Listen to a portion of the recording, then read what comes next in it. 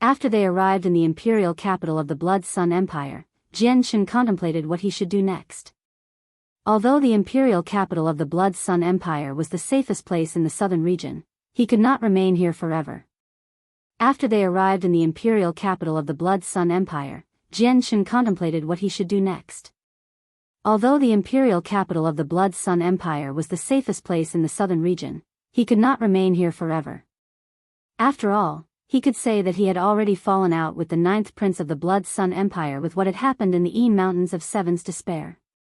He was closer than ever to the 9th prince here. Aside from that, although the imperial capital could keep Huayan at bay, it was keeping him at bay at most.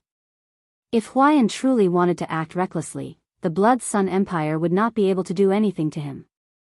After all, an extremely terrifying Great Elder supported the Empyrean demon cult behind Huayan. Let alone the eternal Blood Sun Empire, but even those peak clans of the Cloud Plain did not dare to provoke the Great Elder so easily. In the current Cloud Plain, probably nowhere is completely safe apart from the central region.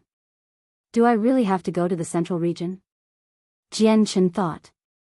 He could not help but think of Tong Tian now that the central region had been brought up. The Tong family that Tong Tian came from was located in the central region. He still possessed the jade pendant Tong Tian had given him. No, I definitely can't go to the central region. Huayan has already come personally to kill me. It means that he already views me as a thorn in his side. If I go to the central region, he'll definitely come pursuing. Once I draw him to the central region, it'll increase the danger to Uncle Xiao as well. Uncle Xiao holds the 9 blood beads and soul beads that the Empyrean demon cult has spent countless years refining. This matter ties into far too many things, so if the people from the Empyrean demon cult learn about this, the consequences will be unimaginable. As a result, I can't go. I can't make it more dangerous for Uncle Xiao, Jianghu frowned.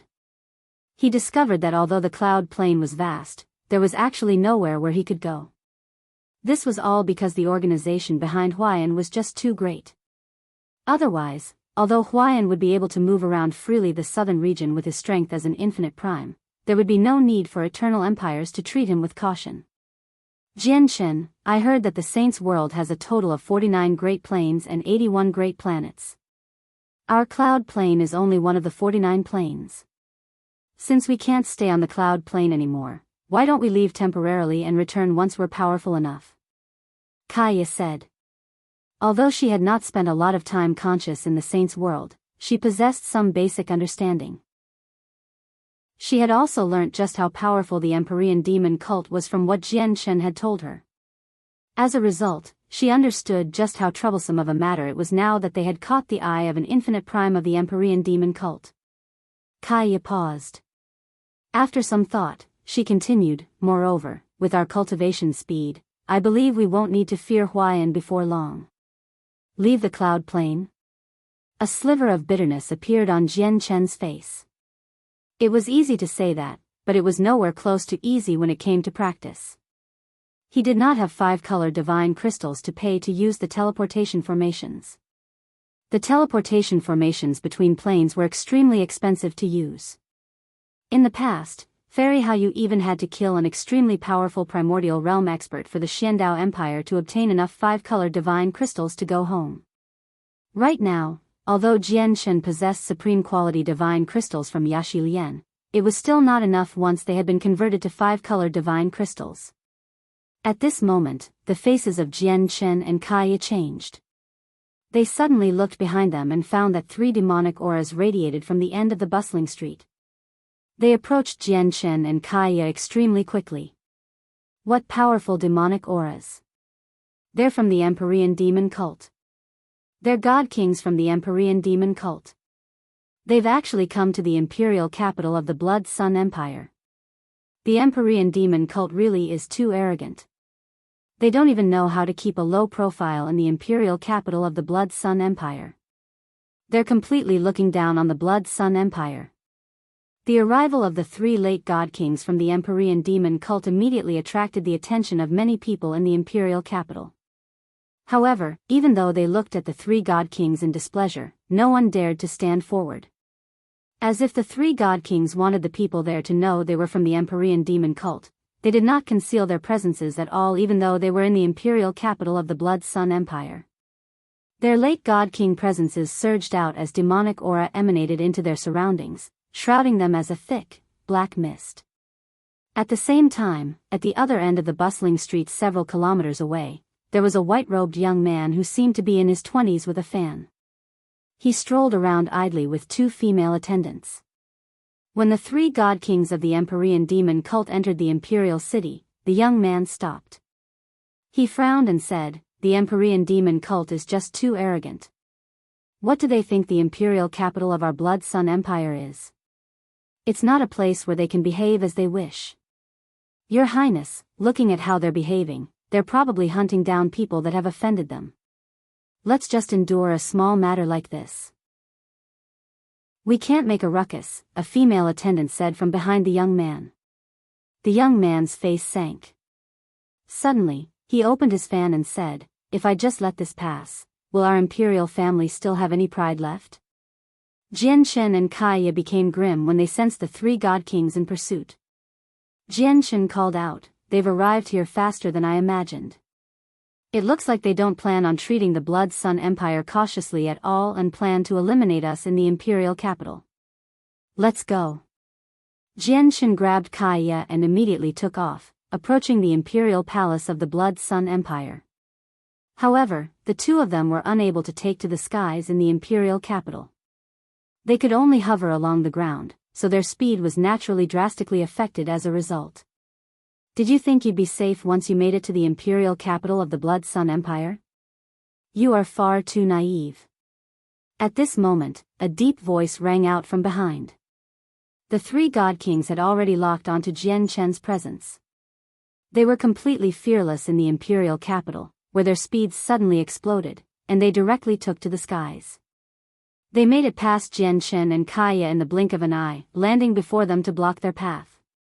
The vice leader had personally ordered your capture, so even if you escape to the ends of the world, you won't be able to run away from our Empyrean demon cult. Just give up, sneered a god king. He directly attacked the two of them after that. Clearly, he was unwilling to waste too much time. After all, this was the imperial capital of the Blood Sun Empire. Although their statuses could act as a form of deterrence, it would not benefit them at all if they wasted too much time. Jian Shen and Kaya became extremely stern. Jian Shen equipped his god artifact as soon as possible and circulated the chaotic force within him, pushing the defenses of the chaotic body to the limit. He even drew the cracked startling rainbow sword. The Empyrean demon cult really is getting bolder and bolder. At this moment, a cold snort rang out from behind. With a flash, a person appeared before Jian Shen and Kaya. He was a young man who wore white robes and held a fan. The young man's face did not change when he was faced with the attacks of the three god kings. He directly swung his fan. Immediately, the air around them moved. The world seemed to be flipped from the young man's action. The power of laws in the young man's fan seemed to affect the space there, making it become slightly different. The attacks from the three god kings rebounded without any prior signs when they came in contact with the space. The energy that they sent towards Jian Shen and Kaya had been reflected back towards them. The expressions of the three god kings changed. However, they were experienced after all, so even though this had happened suddenly, they reacted as quickly as possible. God King level laws descended, and they sent out a second attack to nullify the first. Immediately, powerful energy splayed out. If they were in the wilderness, the energy would be powerful enough to crush mountains. However, an extremely powerful formation protected the imperial capital of the Blood Sun Empire, so the energy naturally failed to cause any damage at all. The young man had nullified the attacks from the three late god kings single-handedly. Moreover, he remained composed, without losing the upper hand at all. He was clearly extremely powerful. The young man had nullified the attacks from the three late god kings single-handedly. Moreover, he remained composed, without losing the upper hand at all. He was clearly extremely powerful. As Jian Shen encountered more and more god kings, even clashing with some several times, he started to possess some understanding towards them.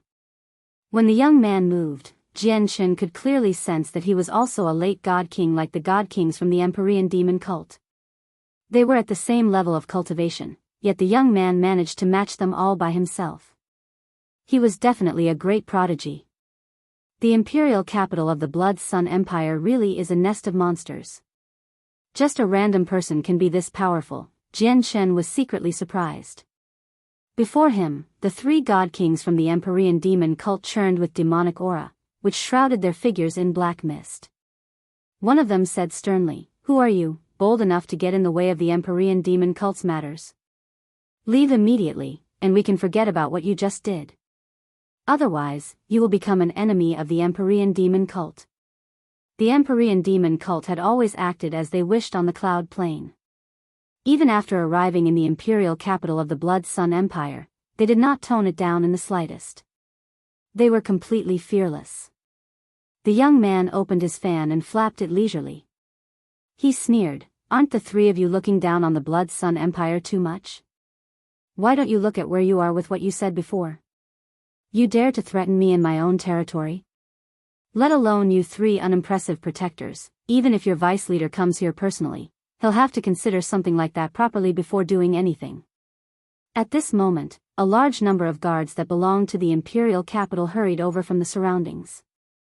Several god kings had already flown out from the imperial palace as well, approaching them with lightning speed. In just a few seconds, the three god kings from the Empyrean demon cult were surrounded.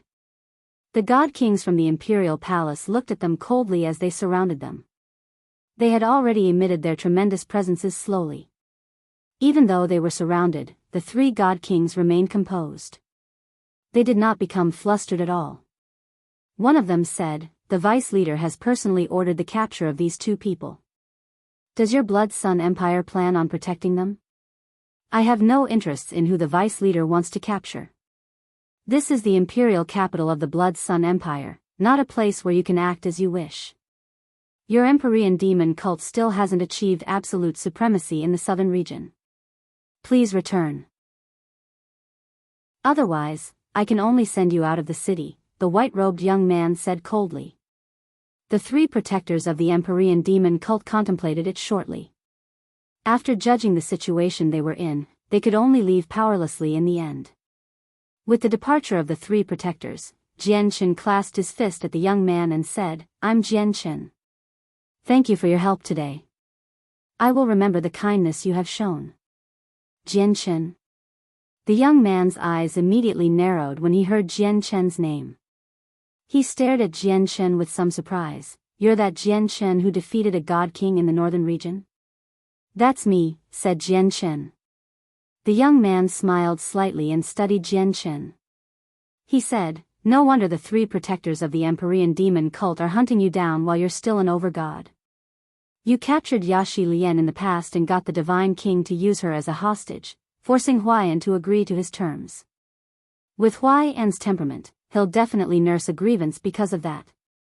Moreover, you're a supreme overgod who can make it onto the overgod's plaque with your impressive talent. You'll pose quite the threat to the Empyrean demon cult in the future, so Huaiyan will definitely move against you. Of the three vice leaders, Huaiyan is the most intolerant and vengeful. You need to be more careful now that you've caught Huaiyan's eyes." As soon as he reached there, the young man paused. He gazed off into the distance and became stern. He said, "It looks like Huaiyan treats you with far more importance than I had imagined. He has actually come personally. Jianghu. You better leave here fast." As a vice leader of the Empyrean demon cult, Huaiyan possesses various secret technique. Coupled with his cultivation as an infinite prime, he will be able to deal with you easily without violating any rules of our Blood Sun Empire. Huaiyan had arrived extremely quickly. Before the young man had even finished speaking, Huaiyan had appeared on the street silently. He stared at Jianghu coldly. On the other hand, Jianghu did not hesitate at all. He left as quickly as he could with Kaya, disappearing from the street in an instant. The white-clothed young man only stood before Huaiyan. He said steadily, "I never thought that the famed vice leader of the Empyrean demon cult, Huaiyan, would personally visit our Blood Sun Empire. I wonder whether our Blood Sun Empire should receive you as an esteemed guest, or maintain the status quo and directly ask you to leave. Vice Leader Huaiyan, you're making it very difficult for me. Huaiyan was just about to pursue Jian Chen. He looked at the young man before him, and he immediately frowned. He did not recognize this young man, but seeing how he did not fear him as a mere god king and the fact that he had used par when referring to the empire, Huaiyan instantly determined that this young man was a part of the imperial family. Moreover, he possessed quite some status in the family. However, it did not matter even if he had some status. As a vice leader of the Empyrean demon cult, even the ancestral emperors of the Blood Sun Empire would fear him slightly. He immediately snorted coldly, I've come to capture wanted people. I have no time to tangle with you. Leave immediately, or don't blame me for being rude. As he said that, the pressure of the primordial realm radiated from Huaiyan, directly forcing the young man away. Huaiyan, this is the Blood Sun Empire, not your Empyrean demon cult. If you want to act so recklessly, I can only make you leave the imperial capital. Just when Huaiyan released his pressure, a heavy and clear voice directly rang out in his head from the imperial palace. I naturally know the rules of your Blood Sun Empire. My visit today has nothing to do with you. As long as you don't get in my way, I won't violate any of your rules, Huaiyan replied coldly. He no longer bothered to deal with the young man, disappearing with a flash in pursuit of Jian Chen. The young man with a fan looked in the direction where Huaiyan had vanished off to. There was a sliver of reluctance in his eyes, and he said to the imperial palace, Imperial Protector, Jian Chen is a talent of our southern region after all. He'll definitely become an expert who can dominate the region in the future. Are we just supposed to watch the Empyrean demon cult do harm to him from the sidelines? There are countless talents in the saints' world, and even many unprecedented prodigies. However, just how many of them are able to make it to the apex in the end? Even if they're first on the Overgod's plaque or first on the God King's throne, aren't there many examples where they die before they can rise to the peak of their power? There's no need to offend the Empyrean demon cult over such matters. The heavy and clear voice rang out again from the imperial palace, but only the young man could hear it. Currently, Jian Chen and Kaya moved through the streets of the imperial capital rapidly, trying to pull as far away from Huaiyan as possible. He thought of any plans he could use. However, at this moment, Jian Chen and Kaya both stopped as they hovered above the ground. They gazed ahead. Before them stood a white-robed, ruddy old man. He stared at Jian Chen and Kaya with a strange light in his eyes. Chanlong, how are you here? Kaya asked. She was surprised. The old man was Master Chanlong, the person that Jian Chen had some conflict with in the past. However, Jian Chen's grievances with Master Chanlong had gradually been resolved through the gratitude Jian Chen felt towards him for saving Kaya when the 7 protectors of the Earth Spirit sect killed their way into the provincial city of the Dong'an province. Jian Chen also felt extremely surprised about meeting Chanlong here. Master Chanlong became extremely stern. He said with a deep voice, I know you're in extremely deep trouble. Don't say anything, just follow me quickly. Before he had even finished speaking, Master Chanlong turned around and left. Jian Chen and Kaya looked at each other. Although they had no idea what Master Chanlong had in mind, they clearly had no other choices at a time like this. They could only follow Master Chanlong closely. Under Master Chanlong's lead, the 3 of them arrived at an extremely large square in the imperial capital very soon. Just the width of the square was several dozen kilometers, and it was completely packed. The most eye-catching part of it was an extremely large flying vehicle parked at the very center of the square. It was several dozen kilometers long and several dozen kilometers high. It hovered in the sky like an imposing mountain, basically taking up the entire square. Just a single glance at it would make people feel overwhelmed. Take this and board the ship with me quickly. Once we're on the spatial battleship, we'll be temporarily safe. Master Chanlong gave a jade talisman to Kaya and Jian Chen before taking them towards the spatial battleship quickly. Spatial battleship? A sliver of doubt appeared in Jian Chen's eyes. He looked at the humongous flying vehicle before him in confusion as he followed Chanlong towards it. At this moment, he no longer cared about the purposes the spatial battleship served. Even if he had to wade through a world of danger to evade the pursuit of an infinite prime, he would do it. Jian Chen, stop. Just when Jian Chen was about to board the spatial battleship, a thunderous voice boomed in his head. The terrifying sound waves rebounded in Jian Chen's head, causing his soul to rock violently, almost collapsing. His consciousness became blurred while the chaotic force within him paused at that moment. He had almost fallen out of the sky. Behind them, Huaiyan hurried over as he stared at Jian Chen with a sunken face. Beside Jian Chen, Kaya sensed what was happening and immediately grabbed Jian Chen's shoulder. Her speed suddenly exploded as she flew towards the cabin door. Don't you even think about leaving the cloud plane. Huaiyan was pale. At that moment, he could no longer care about breaking the rules of the Blood Sun Empire. He raised his hand and reached towards Jian Chen from afar. As he extended his hand, his entire arm elongated. His hand had turned into a black cloud that obscured the sky and trapped space, lunging towards Jian Chen and Kaya. Kaya and Jian Chen immediately sank. The tremendous pressure had immobilized the two of them. They could only watch on as Huaiyan's hand fell towards them. Chapter 1987, The Red-Robed Old Man. This was the second time Huaiyan had attacked Jian Chen and Kaya. The first time, he had just casually struck out. He did not aim to injure Jian Chen and Kaya. Rather, he wanted to draw out the Divine King who was hiding in the shadows. As a result, Jian Chen and Kaya were still able to fight back at that time. Even though they were as insignificant as ants to primordial realm experts, they could still bite back during the prior encounter. However, now that Jian Chen and Kaya were about to enter the spatial battleship, Huaiyan, who understood the vehicle's power very well, directly struck out furiously in a panic. The might of this strike was far greater than the one when he first attacked them. Just the tremendous pressure had frozen Kaya and Jian Chen. Master Chanlong's face changed all of a sudden. He wanted to hurry back to save Kaya, but there was nothing he could do against a strike from a primordial realm expert. Huaiyan, aren't you looking down on the Blood Sun Empire too much? It looks like it's time to show that your Empyrean demon cult has become swollen with arrogance. At this moment, an elderly voice rang out. A red-robed old man had silently appeared above the spatial battleship. The old man kept his presence concealed, making it impossible to tell his cultivation level or detect his existence. He seemed to have fused with the entire sky when he appeared. The old man looked at Huaiyan coldly and raised his right hand calmly. He gently extended a finger towards the hand that reached towards Jian Chen and Kaya.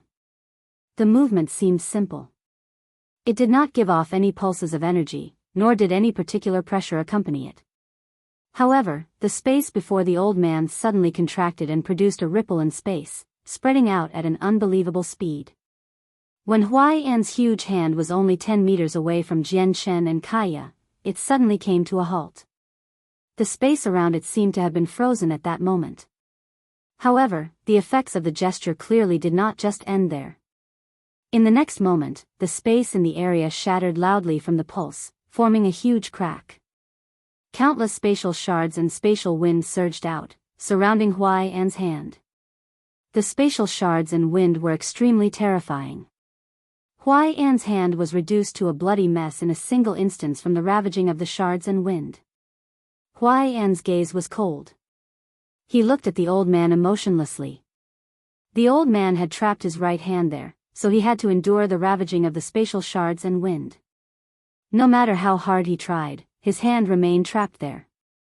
However, he completely ignored his right hand. He looked at Jian Chen, and his killing intent immediately erupted. With a thought, a sword appeared over his head. It was red as if it had been doused with blood. The moment it appeared, it gave off an extremely heavy smell of blood. The wails of countless ghosts seemed to emerge as countless souls struggled in there. Clearly, the sword had been covered in blood for who knows how long.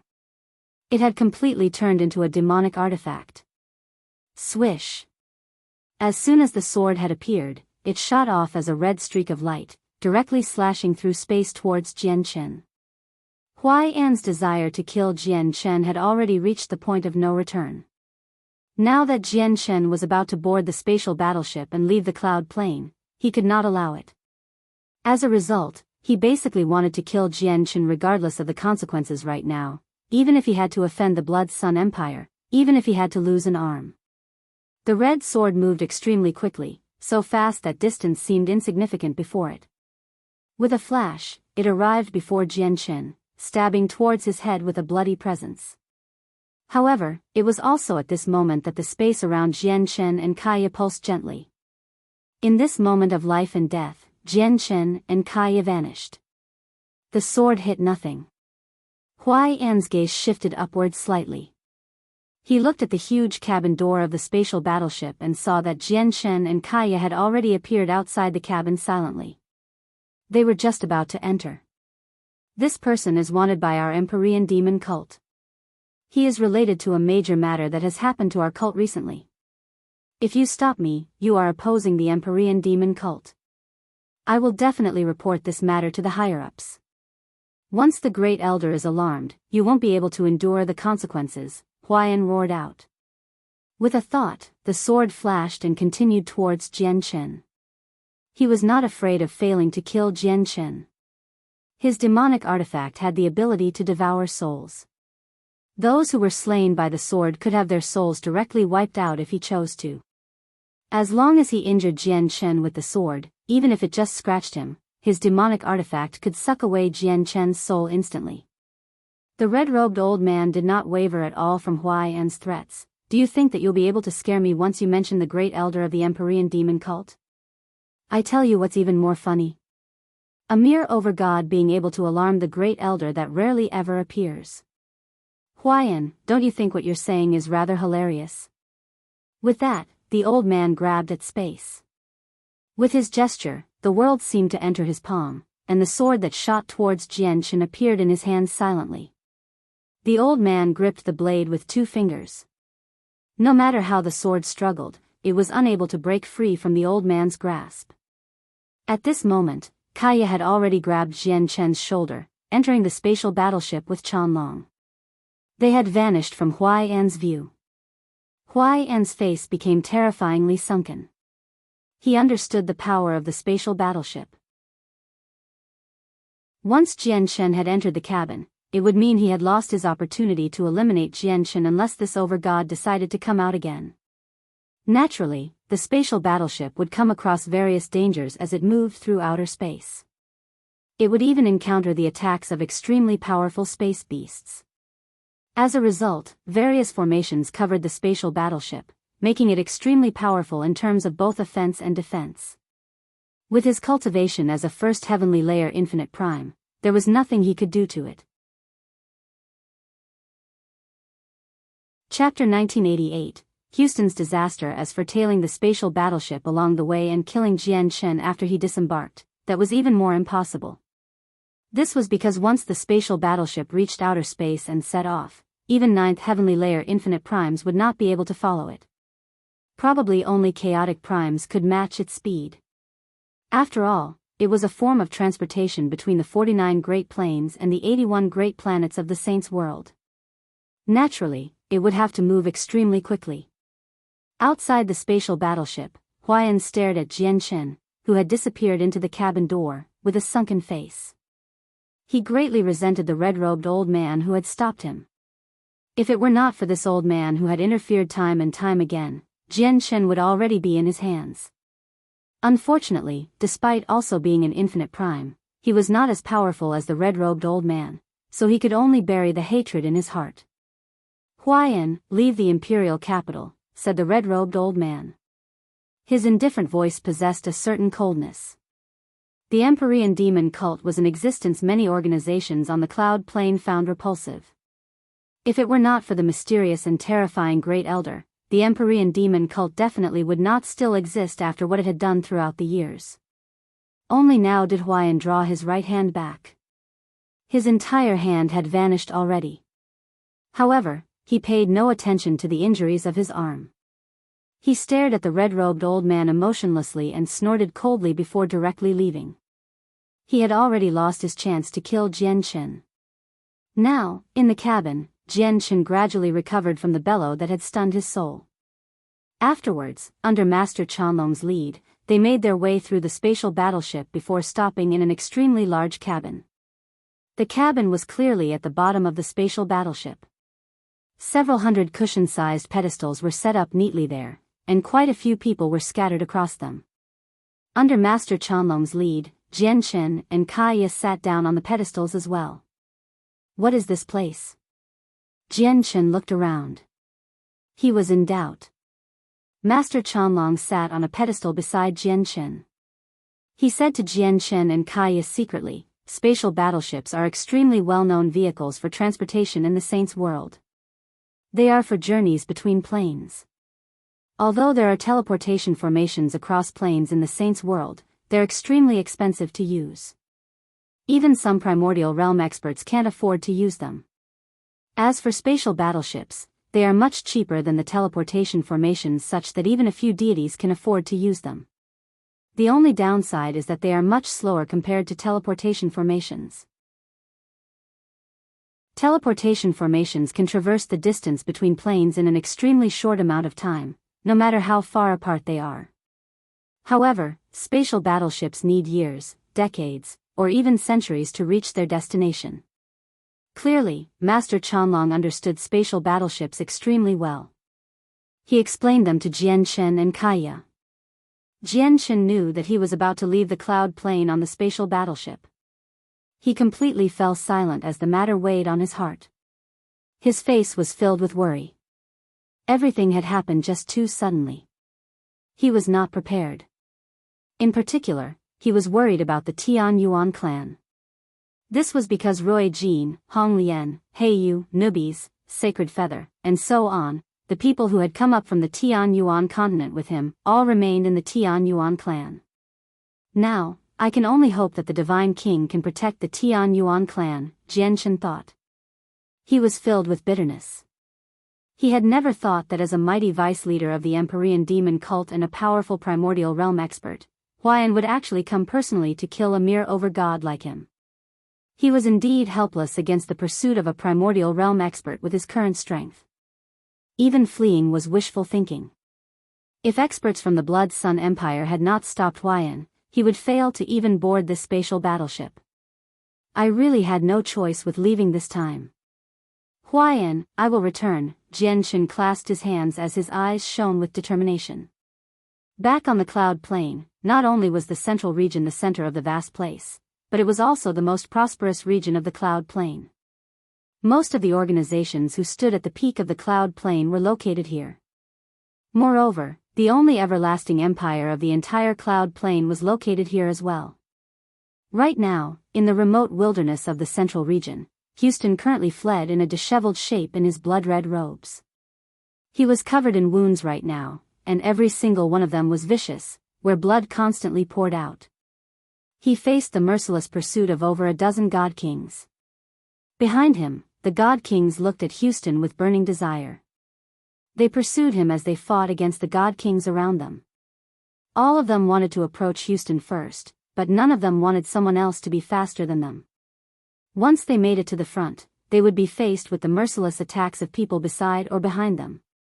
As a result, even though more than a dozen god kings were chasing an over-god, they were unable to catch up to him due to the interference from the people around them. The god artifact is mine. All of you piss off. Whoever gets in this king's way, this king will pay you a visit once this matter has concluded. The god kings all bellowed out furiously. Many of their eyes were bloodshot. Houston's god artifact made their hearts beat heavily as blood surged through their bodies. God artifacts were items that even many primordial realm experts did not possess. It tempted them greatly. Ahead, Houston constantly coughed up blood. After arriving in the central region, he originally wanted to find a remote location for cultivation. However, he had never thought he would come across a powerful beast in the wilderness, forcing him to use the Empyrean demon orb against it. It was also at this time that a passing god king discovered the Empyrean demon orb and became interested in it, forcing Houston to reveal the secret that he possessed a god artifact on him. Houston was not the opponent of a god king at all. If it were not for the Empyrean demon orb, he probably would not even have been able to escape. As a result, he used the Empyrean demon orb to flee. He was forced to use the Empyrean demon orb against the pursuit of a god king, or he would have ended up in his hands much earlier on. As a result, he was unable to store the Empyrean demon cult away and keep it hidden. This also resulted in the special presence of a god artifact that the Empyrean demon cult possessed to draw over even more god kings, which increased from the initial 1 to over a dozen now. Chapter 1989, Lord of Heaven's Link Peak. There's actually a god artifact here? At this moment, a deep voice boomed through the surroundings, echoing through the area, making it impossible to find its origins. A tremendous pressure that filled up the entire space there accompanied it. Just the pressure alone made Houston suddenly sink. He felt like he was suffocating. He struggled to breathe before the pressure. The pressure was just too terrifying to him. It was like a primordial beast, something that the god kings behind him could not compare to. The expressions of the god kings who fought against each other also changed drastically the moment the pressure appeared. They all could not help but stop. A middle-aged man had appeared silently close to Houston. The tremendous presence he gave off made it seem like he could destroy the surroundings just by raising his hand. At this moment, the middle-aged man was somewhat overjoyed. At the same time, he looked at the god artifact in Houston's hands with burning desire. He murmured, although it's a demonic god artifact, it's still a god artifact, and it seems to be of good quality. With that, the middle-aged man suddenly laughed aloud. Excitement filled his face evidently as he said, "Heaven really is smiling at me. I reached the primordial realms so many years ago, but I've never come into the possession of a god artifact. I never thought I'd come across one in such a remote place today. It looks like the heavens have blessed me. It looks like I'll have to disappoint you. The god artifact won't end up with you." At this moment, another voice rang out. A black-robed young man appeared near the middle-aged man. His face was cold, and his eyes were filled with an intense sense of viciousness, where people dared not to make eye contact with him. Haha. God artifacts are items that even many infinite primes don't possess. Since I've come across one, how can I miss it? Especially when it's a god artifact of quite a good quality. After the black-robed young man, an old man appeared. His face was covered with wrinkles, and he was hunchbacked, making him seem frail. The three people hovered in a triangular formation around Houston. The three of them did not even glance at the god kings who were pursuing Houston before. Even Houston did not seem to exist in their eyes. All they could see was the Empyrean demon orb. There's only a single god artifact, but there are three of us. How will we split it? In the end, the old man chuckled. When he glanced past the Empyrean demon orb, he clearly desired it dearly from the gaze he showed. This god artifact will naturally end up with the capable, the black-robed young man said coldly. With that, he immediately appeared before Houston. He reached out with a hand, trapping down the region before him. He moved directly towards the Empyrean demon orb. When the young man moved, Houston felt his body tighten. The tremendous presence had completely immobilized him. Even with the Empyrean demon orb, he was still helpless against the young man. The young man was simply too powerful. In Houston's eyes, he seemed like the ruler of the world, so powerful that he was undefeatable. At the same time, the old man and the middle-aged man moved as well. They appeared beside Houston at basically the same time as the young man. They all reached towards the Empyrean demon orb.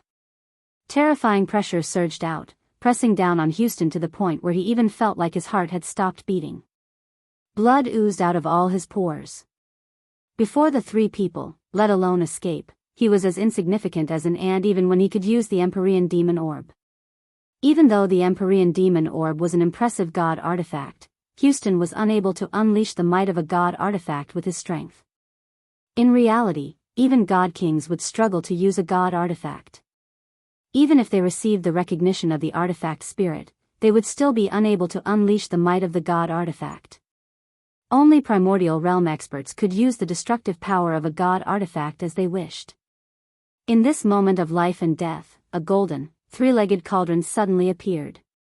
It fell on Houston with lightning speed. Seeing this, the expressions of three people who had originally extended their hands toward the Empyrean demon orb changed slightly. They snorted coldly, and they sent a palm strike at the cauldron with devastating power. Boom! With a deafening sound, terrifying energy ripped through space such that the space around the cauldron cracked. The pitch-black fissures intersected with one another, expanding like a huge web. Terrifying pulses of energy ravaged the surroundings as a devastating storm, making the ground below shake. Mountains 100 kilometers away collapsed. Even the god kings nearby were forced into a constant retreat from the pulse of energy. Laws interwove in their surroundings as they resisted with their full strength. The golden cauldron shone brightly, giving off shocking energy pulses. It made the world pale in comparison. Moreover, the unique presence of a god artifact radiated from it. A god artifact. The eyes of the black-robed young man narrowed. He stared at the cauldron that had endured the strikes from the three of them and became stern. "Sir, you already have a god artifact. Are you unsatisfied with it, and you want to compete with us for this one?" The old man growled. A white-robed young man hovered above the golden cauldron. He said emotionlessly, "I am taking away this person." With that, the young man waved his hand, and the cauldron over Houston immediately shrank to the size of a fist, flying into the young man's hand. The young man directly left with it. "Don't you go." The three infinite primes pursued him. However, they lost track of the young man very soon. Houston had been completely cut off from the outside world the moment the cauldron had surrounded him. At the same time, he lost all concept of time. He had been plunged into complete darkness. After some time, Houston felt his surroundings suddenly brighten. He discovered that he had arrived on a mountain. The origin energy in the surroundings was extremely abundant. It was to the point where it formed a mist. "The Lord of the Peak wishes to see you. Come with me." At this moment, a voice rang out from behind Houston. The white-robed young man who had saved Houston studied him curiously as he spoke indifferently. Then he directly made his way to the mountain peak. "Senior, where is this?" Houston asked. He knew the young man was powerful. If the young man wanted to deal with him, he would not be able to escape no matter what, so he just followed the young man up the mountain. At the same time, he took out some healing pills and consumed them. Heaven's Link Peak. The young man spoke sparingly. After stating the location, he said nothing else. Houston directly ascended to the peak of the mountain behind the young man. At the moment, Houston was covered in blood. He arrived in a stone pavilion that stood near a cliff. A ruddy, sagely old man sat on a stone seat with his eyes closed. He did not move at all and was just like a statue. The young man stopped outside the pavilion and clasped his hands at the old man politely. He said, "Lord, the person has been brought here." The old man slowly opened his eyes and glanced at Houston casually. However, at this moment, his simple gaze seemed to change as well. The shards of time seemed to drift, the world seemed puny, and the universe seemed to evolve in his eyes. With that glance alone, he seemed to see Houston's past and future. Afterwards, he looked at the Empyrean demon orb and finally became stern. "Houston, you do not need to worry. On the Heaven's Link Peak, you are very safe. No one can threaten you. For the next period of time, you should cultivate here in peace," the sagely old man said to Houston. He spoke gently. Houston clasped his hands at the old man and said, "Thank you for saving me, Senior. May I know who you are and why you have saved me?" Houston was very confused about this. The white-robed young man was already terrifyingly powerful, yet he had to bow to this old man. He just could not imagine how respected the ordinary-looking old man was. "On the cloud plain, others call me the Lord of Heaven's Link Peak. There is no need for you to thank me for saving you." "I am not saving you but all the lives in the world," said the Lord of the Peak. "Saving all the lives in the world? Senior, may I ask you what you mean?" said Houston. His words had left Houston completely perplexed. The Lord of the Peak glanced at the Empyrean demon orb deeply and sighed gently. He said, "Don't probe into this too much. You will understand in the future." With that, the Lord of the Peak allowed a young boy to take Houston away. "Lord of the Peak, this disciple is very confused. He's just an overgod, so pitifully weak, so how is he connected to all the lives in the world?" After Houston's departure, the white-robed young man who had saved him asked politely. He was also doubtful. The Lord of the Peak sighed gently. He gazed at the boundless sky, and his gaze became profound. He said, "The demonic god artifact in his hands are related to great matters. Nothing can happen to it, or once that person comes, there will definitely be a storm of blood on the cloud plain." With that, the white-robed young man was startled. He asked, "Who is he? Is he really that powerful? Moreover, apart from the Lord of the Peak yourself, our cloud plain has the Tian Empire and the various major organization. Is there still a need to fear this person?" The Lord of the Peak nodded. Now that that person had been mentioned, he became very stern. He said, "That person really is very powerful. In the current cloud plain, there is no one who is his opponent. It's best if we don't provoke him." The young man was shocked.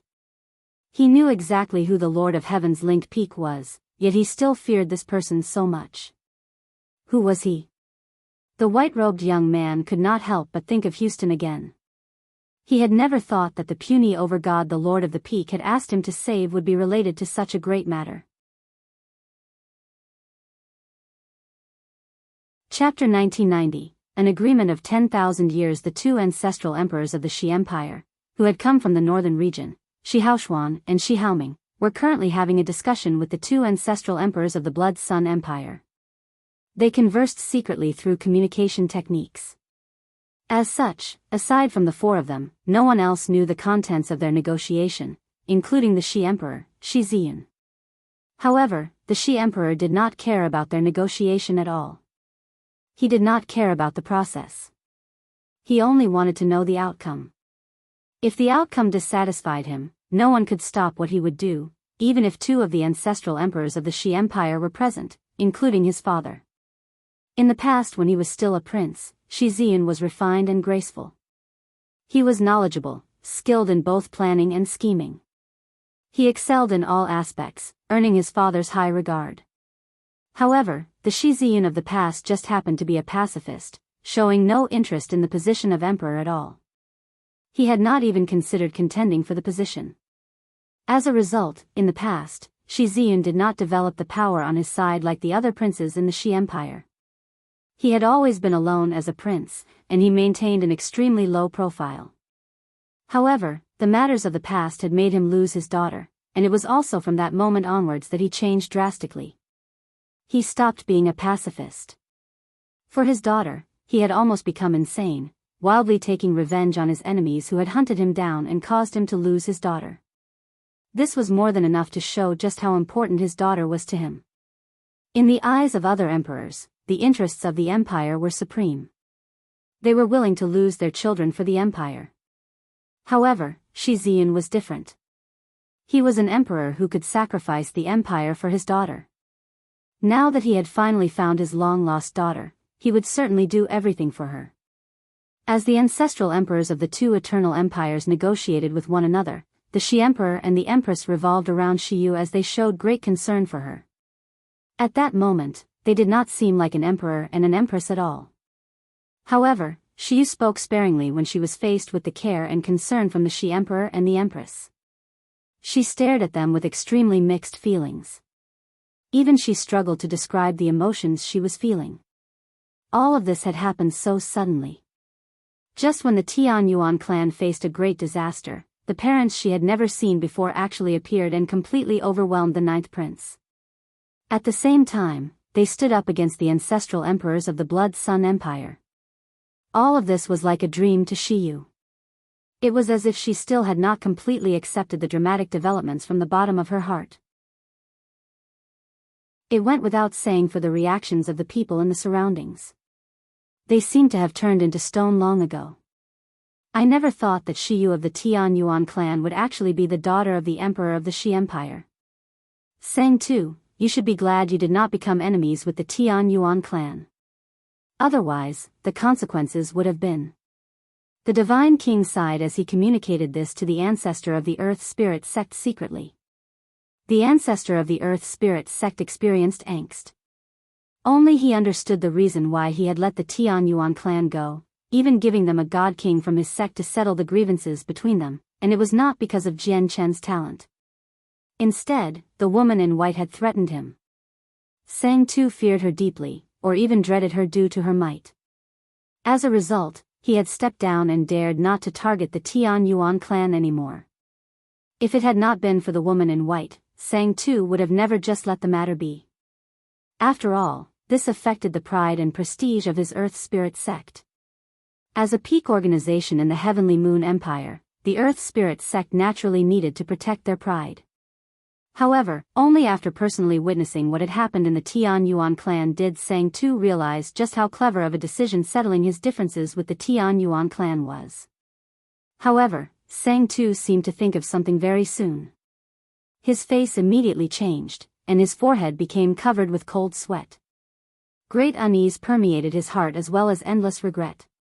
Suddenly, he remembered that the 9th prince had come to the Tian Yuan clan because of the information he had sent in the Jade Fragment. If the Shi Emperor looked into the matter.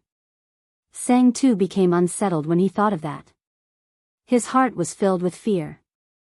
The fact that the princess of the Shi Empire had almost just died was directly related to him. I didn't leave my presence or name on the Jade Fragment. Moreover, the details recorded on there are already no secret. As long as I deny all claims no matter what, even the 9th prince won't have any evidence to prove that it was me, Sang Tu secretly made up his mind. At this moment, the negotiation between the two parties reached a conclusion. The two ancestral emperors of the Shi Empire arrived before the Shi Emperor. The emperor's father said, Ziyun, the Blood Sun Empire is willing to compensate Yu'er with the droplet of spiritual essence of starry skies and various heavenly resources. At the same time, Yu'er can take an arm of the 9th prince. The matter will end like this. The other ancestral emperor added as well, Ziyun, your father and I know that you are absolutely enraged. However, this matter hasn't developed into an unfixable mistake in the end. Moreover, the Blood Sun Empire is also an eternal empire. Their strength is roughly the same as ours. Let's just take their pride into consideration and not create a mess that can't be tidied up. It won't benefit our Shi Empire or their Blood Sun Empire at all if that happens. The benevolent face the Shi Emperor had shown to Shi Yu immediately sank when he heard that. A paramount presence radiated from him, and he said coldly, No. No matter who it is, if they touch my daughter, I will make them pay with blood. If they want to protect the 9th prince, I will use my authority as emperor to declare war against the Blood Sun Empire. You're messing around. Shi Haoshuan's face sank. He objected it greatly. Even Shi Haoming responded in a similar manner. In their eyes, the interest of the empire were everything. They could give up on their children for the sake of the empire, so how could they let the Shi Emperor do something as crazy as this? Shi Ziyun's face was cold. He said emotionlessly, If that's the case, I will abdicate as emperor and cut off all ties with the Shi Empire. My wife and I can still avenge our daughter without using the power of the Shi Empire. The expressions of Shi Haoshuan and Shi Haoming changed with that. Even the two ancestral emperors of the Blood Sun Empire revealed rather ugly expressions. They could hear the determination in the Shi Emperor's voice. It was the type where he would never stop until he achieved his aim. Shi Emperor, why don't we do this? We'll set a time frame of 10,000 years. With the talent of your esteemed princess and the nurturing of your Shi Empire, she'll definitely be able to become a god king in that time frame. After that, the 9th prince of our Blood Sun Empire can engage in a battle with your esteemed princess, and we can resolve all grievances through the fight. What do you think, Shi Emperor? An ancestral emperor of the Blood Sun Empire suggested. In 10,000 years' time, your 9th prince will probably have reached the primordial realm already. Our Yu'er is only an over-god right now. Even if she reaches God King in 10,000 years, how will she be the ninth prince's opponent, someone who has been a God King for many years now? The Empress sneered. Chapter 1991, Shiyu's Departure. 1. The eyes of the Shi Emperor turned cold. He said frigidly, "You sure have done your calculations well. Let's just ignore how much longer your ninth prince has been cultivating for the time being. It was your ninth prince that injured our Yuer first, yet now you propose a battle between Yuer and your ninth prince as a resolution? Does the life of my daughter pale in value to your ninth prince?" The Shi Emperor's face was extremely sunken. He was furious. After he had said that, he took a step forward, and his powerful presence as a chaotic prime radiated, blanketing the people from the Blood Sun Empire in an extremely brutal method. He growled, "Don't you even think about me agreeing to your joke of a match. If you don't hand over the ninth prince today, I'll make your Blood Sun Empire pay a price you can't afford." The two ancestral emperors of the Blood Sun Empire fell silent. A presence that was no weaker than the Shi Emperor's radiated from them, protecting their people. However, from their tightly furrowed brows, it was evident that the two ancestral emperors were internally conflicted. They were stuck in a dilemma. Although the Shi Emperor had only become a chaotic prime recently, such that the two ancestral emperors were more powerful than him in terms of cultivation, they really did not dare to become his enemy. However, they could not hand over the ninth prince either. They understood the Shi Emperor. Once they handed the ninth prince over, he would be dead for sure. They did not care about the lives of any of the princes in the empire. Instead, they cared about the humiliation it would bring to the Blood Sun Empire if the Shi Empire executed their ninth prince just like that. At the same time, if they executed the ninth prince over the matter, the Blood Sun Empire would still take a hit to their pride. After all, the Shi Emperor's daughter was completely fine now. She had just suffered some injuries earlier. If their Blood Sun Empire had to pay with the life of a prince, it would mean that their Blood Sun Empire was not as great as the Shi Empire. This matter was only the Shi Emperor taking revenge for his daughter. However, to the Blood Sun Empire, this was something important that related to their dignity and status.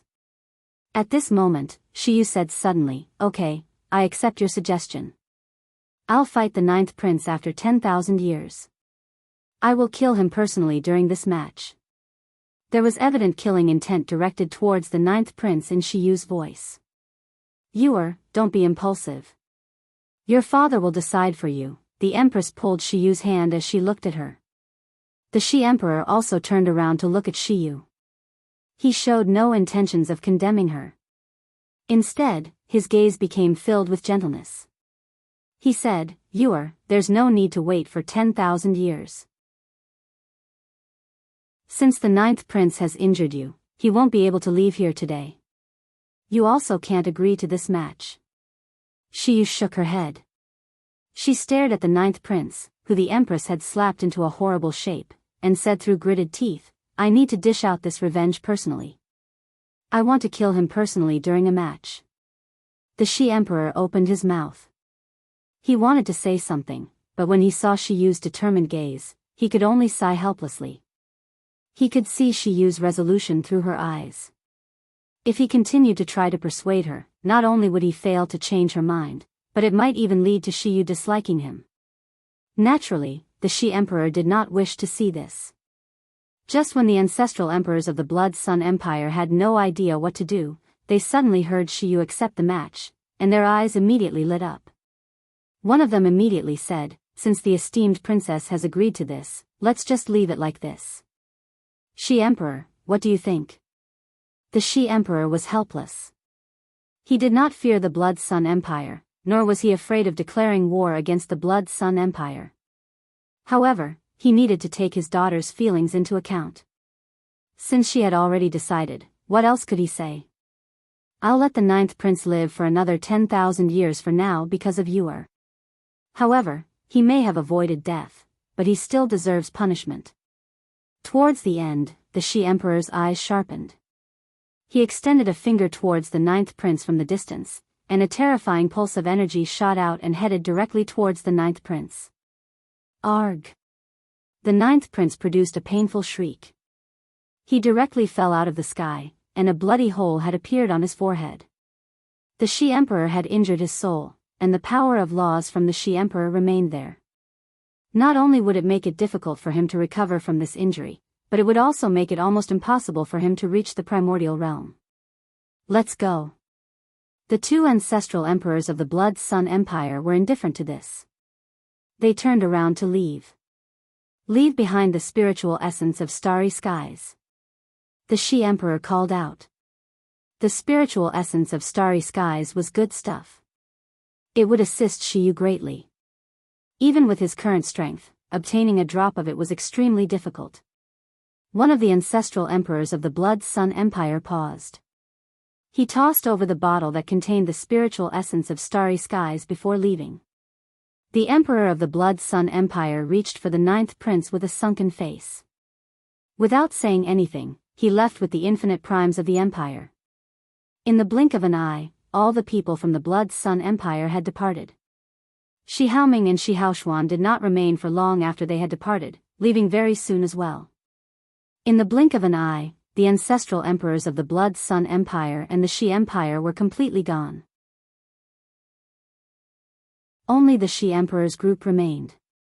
Although the storm had blown over now, the shock brought onto the people of the Tian Yuan clan from the arrival of the two groups of peak experts was tremendous. Many of them had yet to return to their senses even now. It has been tough for you during these years. Come home with Mother. Mother will use the rest of her life to make it up to you. The Empress grasped Shiyu's hands tightly while her face was filled with motherly love. The Shi Emperor put the bottle of spiritual essence of starry skies away before turning around and looking at his daughter deeply. Although he did not say anything, he experienced warmth and happiness greater than he had ever felt in the past. 2,000 years. He had searched for 2,000 years, and he was finally reunited with his daughter today. This is my home. Shiyu drew her hand back from the Empress, and she looked at the ruined Tian Yuan clan. She spoke very softly. The Empress choked back sobs. Shiyu's coldness broke her heart. Tears pooled up in her eyes, and they almost rolled down her cheeks. No matter what, I have to thank you. Thank you for saving our Tian Yuan clan. Shiyu took a few steps back slowly and bowed at the Empress and the Emperor deeply. The Empress finally broke into tears uncontrollably again from how Shiyu acted, while the Shi Emperor sighed inside.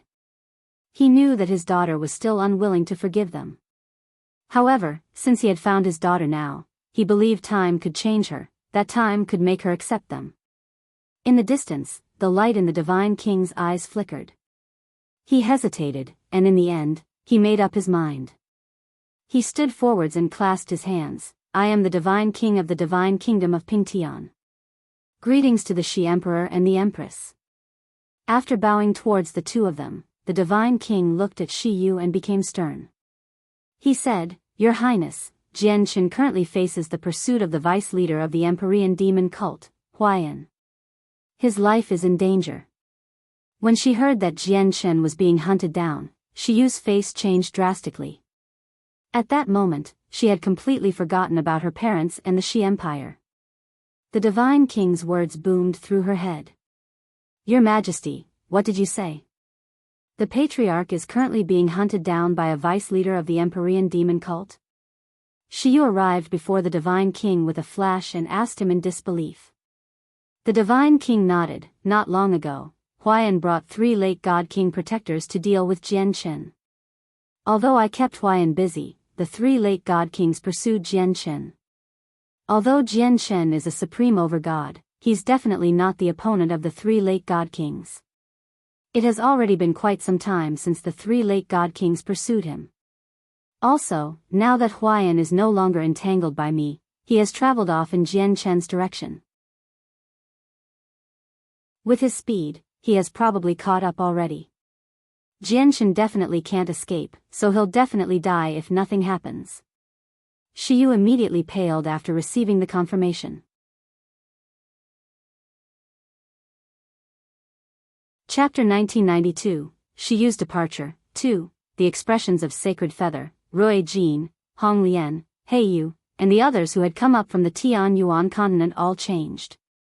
They knew without even thinking what the outcome would be when an overgod faced the pursuit of a primordial realm expert. On the other hand, the Shi Emperor's eyes lit up when he heard that. He said, "Do you have an image of Jian Chen and something that contains his presence?" "We do. The Patriarch's room and cultivation room should possess his residual presence," said Mo Ling. Afterwards, he led the Shi Emperor directly to where Jian Chen stayed. The Shi Emperor was a supreme expert.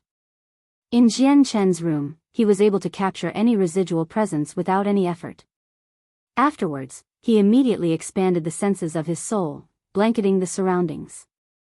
Shiyu stared at the Shi Emperor nervously. Even though she was unable to accept her parents who had appeared out of nowhere, only they could save Jian Chen now. Very soon, the Shi Emperor retracted the senses of his soul. He looked at Shiyu and said, "I've discovered Huayan outside the imperial capital of the Blood Sun Empire, but he is injured. He was injured by people of the Blood Sun Empire. There are residual presences of Jian Chen in the imperial capital, but he's not there. However, a spatial battleship took off recently. Jian Chen's presence vanished at the spatial battleship's dock. If I've guessed correctly, he should have boarded the spatial battleship and left the cloud plane." Shiyu and the other people of the Tianyuan clan finally felt relieved when they heard that Jian Chen was fine. However, the Shi Emperor felt some pity. Originally, he wanted to mend his relationship with his daughter through saving Jian Chen. It could help reduce the amount of repulsion his daughter felt towards him. However, he failed to find Jian Chen. Jia Yun greets the Emperor, Empress, and Princess. Before long, a refined, middle-aged man in white robes arrived at the Tianyuan clan. He bowed towards the three of them politely. Jia Yun was the radiant god king that the Shi Emperor had summoned over from the Shi Empire. He had hurried over as quickly as he could through the teleportation formations. As soon as he arrived in the Tianyuan clan, he had learnt Shiyu's identity from a primordial realm expert who had come with the Shi Emperor.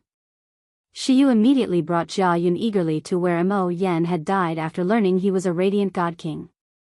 She asked frantically, "Senior, can you really revive Sister Mo Yen?" Jia Yun closed his eyes to sense the surroundings before smiling confidently. He clasped his fist at Shiyu and said, "Although her body is destroyed, her soul has not dispersed. It still remains, so don't worry, Your Highness. Saving her won't be anything difficult." "Then I'll trouble Senior Jia Yun with saving Sister Mo Yen." Shiyu was elated. "Yes, Your Highness." Jia Yun clasped his hands politely. Shiyu was the only daughter of the Shi Emperor, so her status was naturally far greater than the past. Even though Jia Yun was a radiant god king, possessing a status greater than all other god kings in the Blood Sun Empire, he still needed to be polite to the Shi Emperor's only daughter. However, just when Jia Yun was about to revive Mo Yen, he suddenly paused. However, he returned to normal very soon. He said to Shiyu, "Your Highness, to save this person, the process must be performed in the Shi Empire where I enter seclusion. There's a formation engraved there, making the radiant force extremely abundant. Only under those circumstances will success be certain. Moreover, when I condense the soul, there's a very high chance that she will lose her memory and forget the past. As a result, to ensure that Your Highness' sister retains her memory, I will need Your Highness to constantly call her name besides me and use Your Highness' presence as a medium so that the recovered soul won't lose any past memories." Jia Yun's expression was rather unnatural. Ever since he had started cultivating, this was the first time he had told such a lengthy lie. However, he felt extremely powerless, as the Shi Emperor had ordered him to trick the princess back to the Shi Empire no matter what method he had to use. As a result, he could only spin a lie like this. In reality, it would be nothing difficult to revive Mo Yen, whose soul remained intact with his abilities as a radiant god king. "All right. Let's go immediately." Shiyu agreed without any hesitation. She did not understand the powers of radiant god kings at all. Naturally, she did not know that there was no need to venture to the Shi Empire to save Mo Yen with Jia Yun's level of cultivation. However, Jia Yun was her only hope of saving Mo Yen. Let alone the Shi Empire, Shiyu would even wade through danger to save Mo Yen. "Let's not tarry and return right now." you don't have to worry about the Tian Yuan clan. I will get someone to safeguard the place for now," the Shi Emperor beamed. He gave Jia Yun a glance of appreciation before immediately leaving the Tian Yuan clan with Shi Yu to return to the Shi Empire. As for the two old men who had come along, one of them remained in the Tian Yuan clan. After the Shi Emperor had departed, the primordial realm experts of the Heavenly Moon Empire finally gained a chance to speak. Whether they were a part of the imperial family, were the ancestor of the Earth Spirit sect or Daoist sect of calm clouds, they all removed all haughtiness as primordial realm experts to express their goodwill towards the Tian Yuan clan. All of them behaved extremely politely, leaving behind various resources before leaving. Huaiyan and his 3 god kings slowly flew through the air outside the imperial capital of the Blood Sun Empire. Huaiyan's face was extremely sunken as terrifying killing intent flickered in his eyes from time to time. The 3 protectors behind him remained silent, following him in fear. The 3 of them knew that they had made the vice leader extremely furious since they had failed to stop Jianchen, allowing him to flee to the imperial capital of the Blood Sun Empire and board the spatial battleship in the end. A chaotic prime's presence has appeared in the divine kingdom of Pingtian. I'll go check out the situation first before wiping out the Tian Yuan clan along the way, thought Huaiyan. He directly flew towards the divine kingdom of Pingtian with the 3 god kings behind him. Jianchen stood by a window and gazed out of it blankly. Currently, he was in the huge cabin at the bottom of the spatial battleship. He stared at the huge piece of land that rapidly shrank. The spatial battleship accelerated. As it drew further and further away, the vast land was finally completely visible. This was the first time Jianchen had seen the cloud plain as a whole. The cloud plain was not spherical. Instead, it was a huge piece of land that floated in the sky. Land and sea occupied equal areas while the sea divided the entire piece of land into 5 regions. They formed the 5 major regions. Jianchen looked at the southern region as if he wanted to find the Tian Yuan clan. Unfortunately, the Tian Yuan clan occupied just too small of a space with the entire southern region in perspective. He even struggled to find the territory of the divine kingdom of Pingtian from where he was. Just when Jianchen was in a daze, a long chime suddenly rang through the cabin. With it, a haughty voice rang out, "Get to work, get to work. Quit staring at me. The ship has already entered outer space, so provide the ship with energy quickly. Don't laze around. You already know what happens if you're lazy, so I won't go into detail."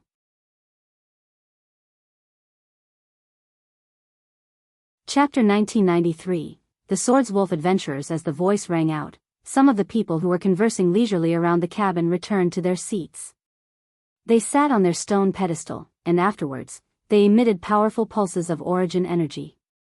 At this moment, all the people in the cabin poured their origin energy into the stone pedestal. As they poured origin energy into the pedestals, Jianchen could clearly sense the speed of the ship suddenly increase. It moved faster and faster.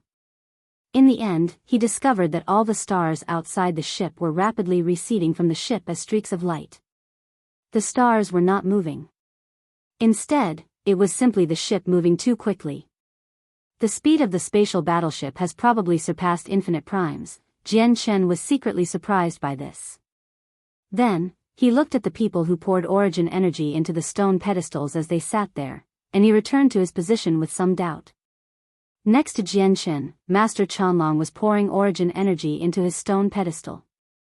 When he saw Jianchen and Kaiya's confusion, he explained, "I bought the tickets to the spatial battleship under tight conditions, and it was not cheap, so I only managed to get 3 low-class tickets. All the people in the low-class cabin need to pour origin energy into the stone pedestals every second day.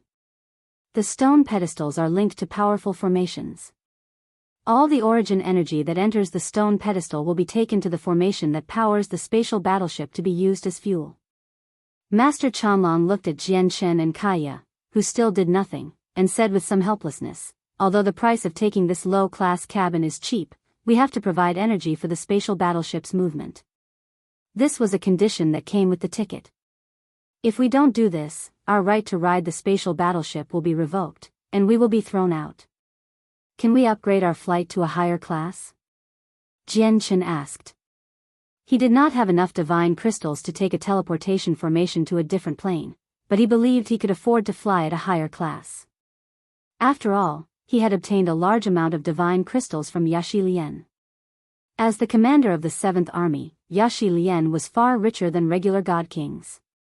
Even after he went on a shopping spree in the Xiandao Empire, he had only used up a small fraction of the divine crystals from Yaxi Lian's space ring. They're already full, so we can't upgrade even if we can afford it. We can only move up if the people in the other classes leave or die, said Chanlong. Jian Chen nodded slightly before sitting down on the stone pedestal. He did not copy the other people by pouring his own energy into the stone pedestal. Instead, he removed a large number of thumb-sized high-grade divine crystals from his space ring. As soon as the divine crystals came in contact with the stone pedestal, the pure origin energy within would be drained away. Jian Chen cultivated chaotic force. It was far more precious than the origin energy that other fighters cultivated.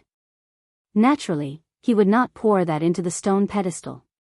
As a result, he would rather replace it with divine crystals than use up his own chaotic force. However, Jian Chen's actions attracted the attention of everyone in the cabin. At that moment, everyone's attention was locked onto Jian Chen. It was not that no one used divine crystals in place of their own origin energy. They were just extremely rare, and they would only use low-grade divine crystals. However, they had not even heard of a person who would directly use high-grade divine crystals like Jian Chen. At that moment, a lot of people looked over enviously. Some of them were jealous. The divine crystals that Jian Chen had taken out were quite a large sum to many of the people present. What an idiot. He's using high-grade divine crystals in place of his own origin energy. I'd like to see how long he can last. I'm certain that he won't even be able to last for 3 days. As time goes on, even god kings can't afford to burn high-grade divine crystals like that.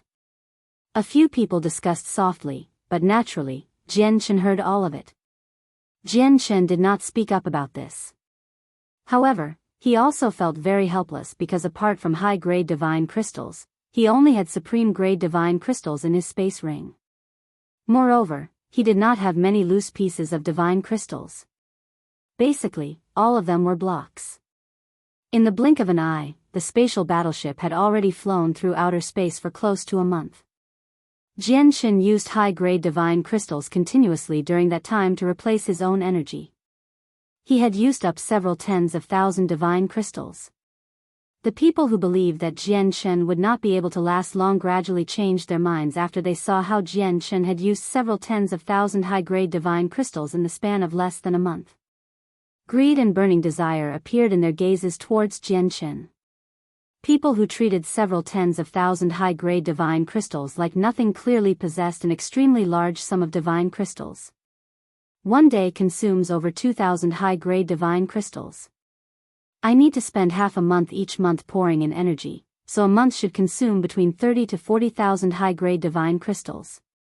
That's close to 500,000 in a year and 1,000,000 in 2 years, which is a block of high-grade divine crystal. Jian Chen calculated his expenses.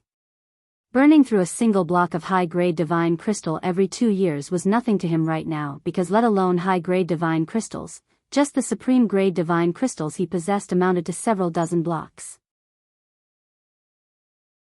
A single block of supreme-grade divine crystal could be converted into 100 blocks of high-grade divine crystal. At this moment, 7 people in tight black robes appeared before Jian Chen. They surrounded him, and a middle-aged man smiled. "Brother, may I ask you where you come from and which sect you come from?" Jian Chen had already sensed their intentions. He could tell from their almost identical attires that they probably belonged to the same organization. In the spatial battleship, there were over 30 other people in the same attires apart from the 7 of them. However, the 7 people around him right now were the stronger ones. They were all over gods. The other people in similar attires were below over god. I am just a wanderer. I have no sect or master. There's no need for me to mention my name. It's not worth remembering, said Jian Chen calmly as he remained seated on the stone pedestal. Now that he had left the cloud plane, he was indeed a wanderer.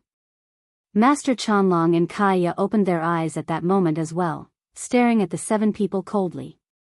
The 7 men naturally sensed that Jian Chen was with Chanlong and Kaya. However, they did not mind at all.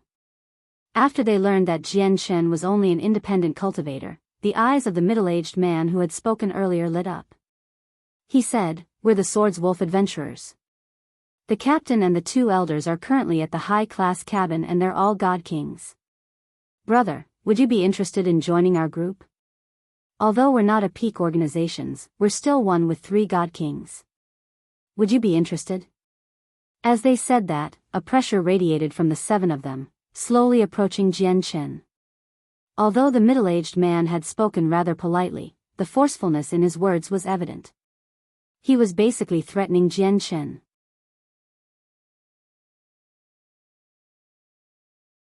Chapter 1994, Arena of Life and Death. Once you join us, I have countless methods to kill you. At that time, it doesn't matter how many divine crystals you have on you.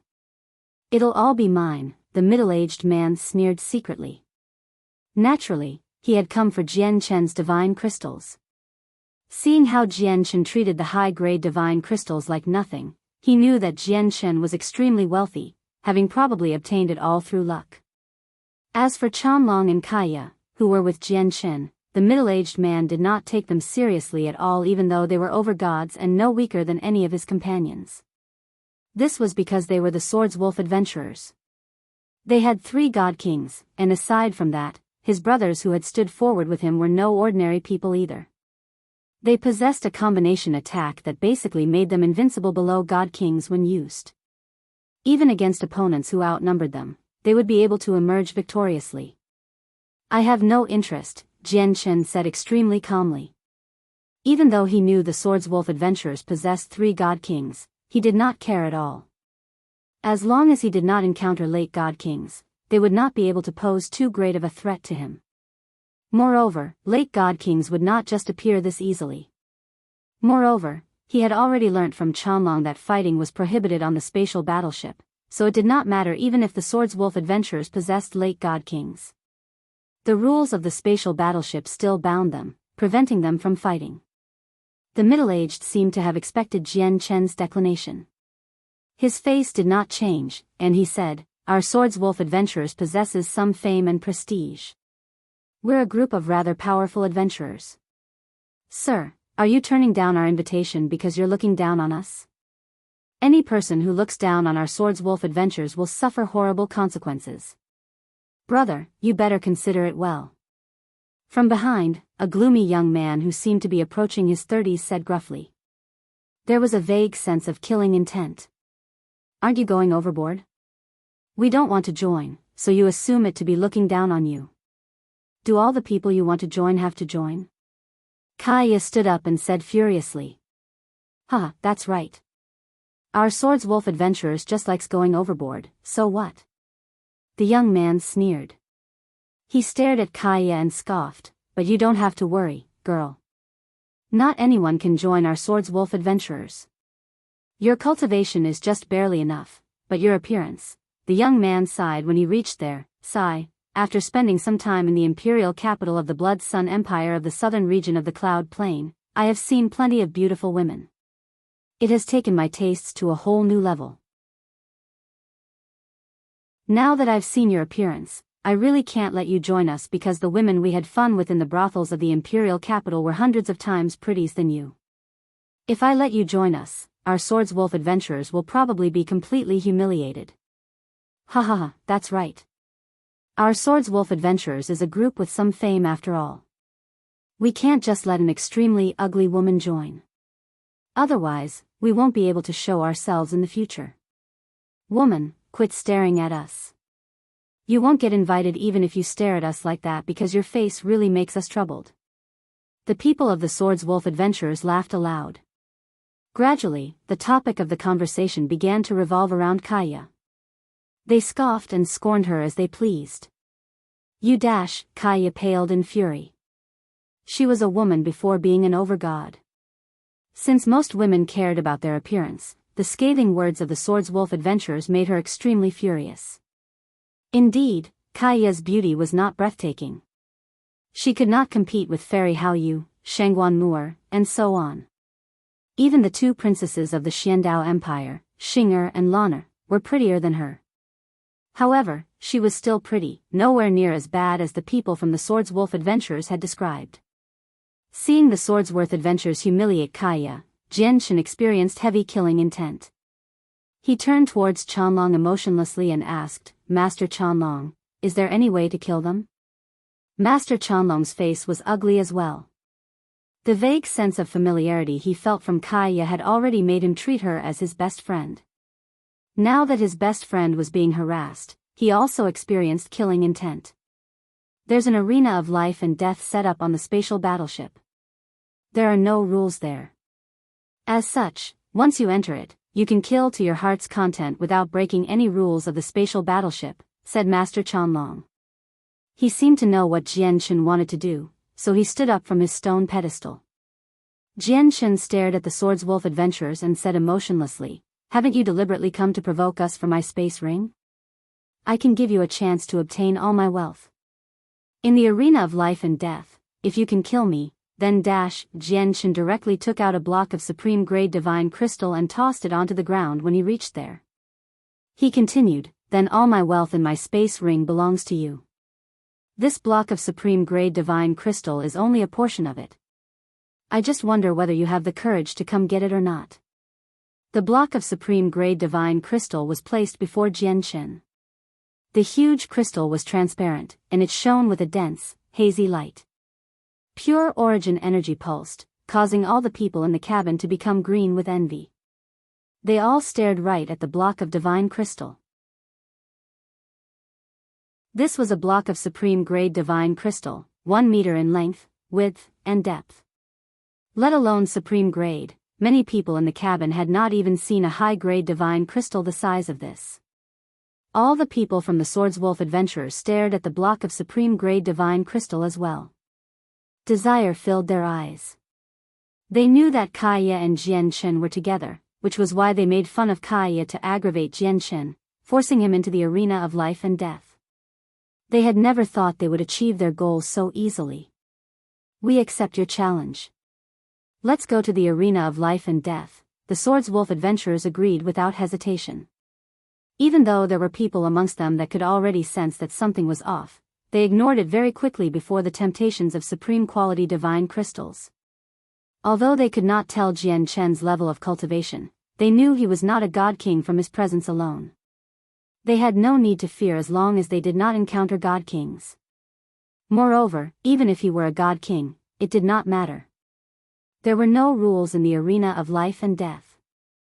If the 7 of them combined their strength, they could remain tangled with god kings for a while through their various techniques. That time would be enough for their captain to arrive. Jianshan, Kaiya, and Qianlong set off for the arena of life and death with the 7 over-gods. Behind them were the several dozen members of the Swordswolf adventurers below over-god. After they had left, the remaining people in the cabin hesitated before quite a few people followed them away as well. They had gone to watch. At the same time, in a luxurious room filled with origin energy within the high-class cabins of the spatial battleship, a scarred, muscular man in tight, red robes sat on a jade bed. He was the captain of the Swordswolf adventurers, known by others as the Wolf King. Suddenly, the man's face changed, and he slowly opened his eyes. He took out a jade talisman from his space ring and scanned it with the senses of his soul. Qing Fan and the others have caught a big fish in the low-class cabin. He actually holds a block of supreme-grade divine crystal at the very least, and he is already in the arena of life and death. Yes, that's a big fish indeed. Qing Fan and the others have done well. I gotta properly reward them later, the Wolf King was elated. Even to him, a god king, a block of supreme-grade divine crystal was wealth that he could not ignore. However, the Wolf King furrowed his brows soon after. He murmured, "Not only does the target hold a block of supreme-grade divine crystal at the very least, but he's not afraid of the challenge either. It looks like he might be a difficult target. I have to go have a look, just in case the big fish escapes." The Wolf King immediately left the room. He summoned the other two god kings of the Swordswolf adventurers and went to the arena of life and death together with them.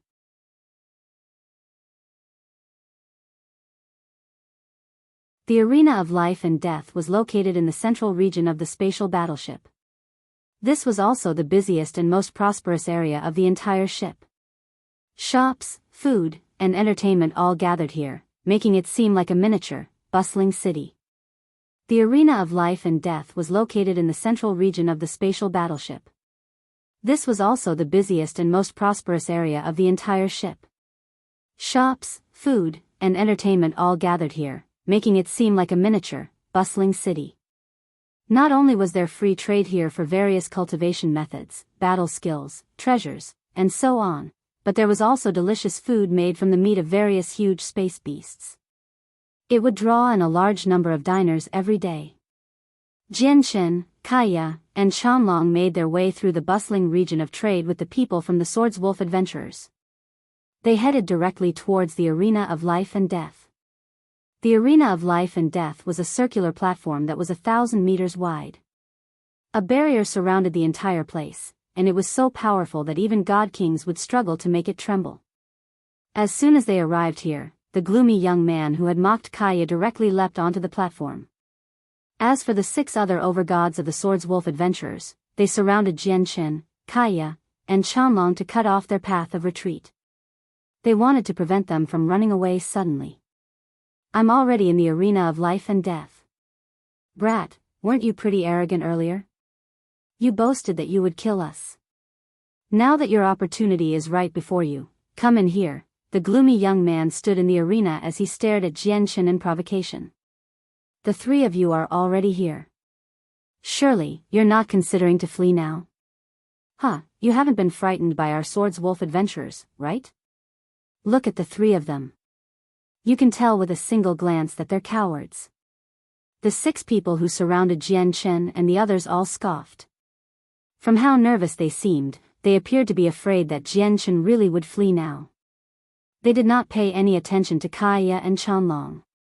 Their main target was only Jianchen. A cold light and killing intent flickered through Jianchen's eyes as he listened to the various remarks from the people.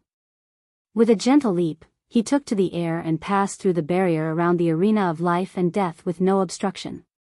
He stood in the arena now. There were no restrictions on the people who used the arena of life and death in the spatial battleship. It did not matter if people were fighting in it already, as people could enter from outside whenever they wished to engage in a death match with their opponents. Once the death match began, it would continue until someone died. Only those victorious could leave the arena alive. Defeat meant death. Seeing how Jianchen had really entered the arena of life and death, the eyes of the Swordswolf adventurers lit up. They were elated. Once he had entered the arena of life and death, it would mean that the death match had begun. Unless he was victorious, he could not leave. Sir, you really are impressive. The people of the Swordswolf adventurers laughed aloud. Afterwards, the 6 other overgod leapt into the arena as well.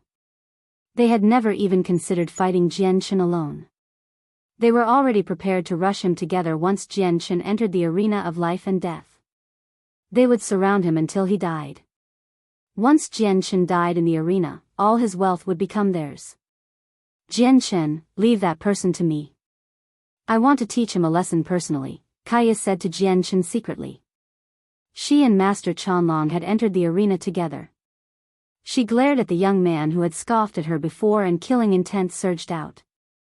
People had already begun to gather around the arena gradually. They pointed at the people in the arena and conversed softly. As it was 7 against 3, many people felt the odds were against Jianchen and his group. The Swordswolf adventurers were quite famous here. Many people knew they possessed a combined attack, allowing them to defeat people more powerful than them. Moreover, these people were not all the Swordswolf adventurers. There were 3 god kings who supported them. Although this type of organization was nowhere close to the apex, it was considered quite powerful on the spatial battleship. Spirit and body fusion. It was also at this moment that the people from the Swordswolf adventurers began to move. They yelled out together, and the 7 overgods fell into specific positions as quickly as they could. They were prepared to use their combined attack. Once we use the technique, those 3 people are dead for sure. Even if we're unlucky, and we come across a supreme overgod who is on the overgod's plaque, we'll be able to fend them off. All we need to do is keep them busy until the captain makes it here. By then, even supreme overgods will be doomed. That block of supreme grade divine crystal belongs to our Swordswolf adventurers, and I heard that the kiddo seems to have more than that. Ha ha ha, we've struck big money. The 7 overgods were excited inside as if all of Jian Chen's wealth was already theirs. Just as they dreamed about just how many supreme grade divine crystals they were about to obtain, a terrifying presence filled with destruction suddenly appeared. Kaya reached out with her right hand, and a sword immediately condensed out of purely the laws of destruction. It produced a terrifying presence before turning into a black streak of light, shooting towards the young man who had insulted her earlier with lightning speed. Although Kaya had only grasped the power of laws recently, she had mastered its usage. Her usage even surpassed Jian Chen's usage of the laws of the sword.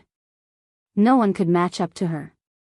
As a result, not only was it a piece of cake for her to use the laws of destruction like it was second nature, but the power of all the laws she used, whether it was the laws of fire, laws of destruction, or laws of creation, was extremely pure, without any contaminants at all. Their power had completely exceeded the same laws from any cultivator at the same level. The laws of destruction moved extremely quickly. In the tiny space of the arena, it was basically instantaneous. With a flash, the laws of destruction had approached the young man. Bang! With that, the laws of destruction had already pierced the young man's head before he could react, and it exploded right after. It blasted the young man's head to pieces as red and white matter flew everywhere. Before they could even use their combined attack, one of them had already died. Clearly, this had surprised all of them, causing them to tarry slightly. They all looked at the headless corpse of the young man as disbelief filled their faces. Just a single strike had claimed the life of one of their companions. Just what was this strength? Everyone looked at Kaya as they were absolutely astounded. Only now did they realize just how terrifying of a person they had provoked. She had managed to kill one of their companions with the first strike, and they were unable to react at all. Even most of the supreme overgods on the overgod's plaque were not able to do something like that. Just as they were stunned, the clear thrum of a sword rang out. Jian Chen had arrived before them as a blur with the startling rainbow sword, stabbing out with lightning speed. Spurt. Faced with Jian Chen's attack, they were unable to block at all. Just that one strike pierced the head of one of them. Jian Chen had killed one of their companions with lightning speed.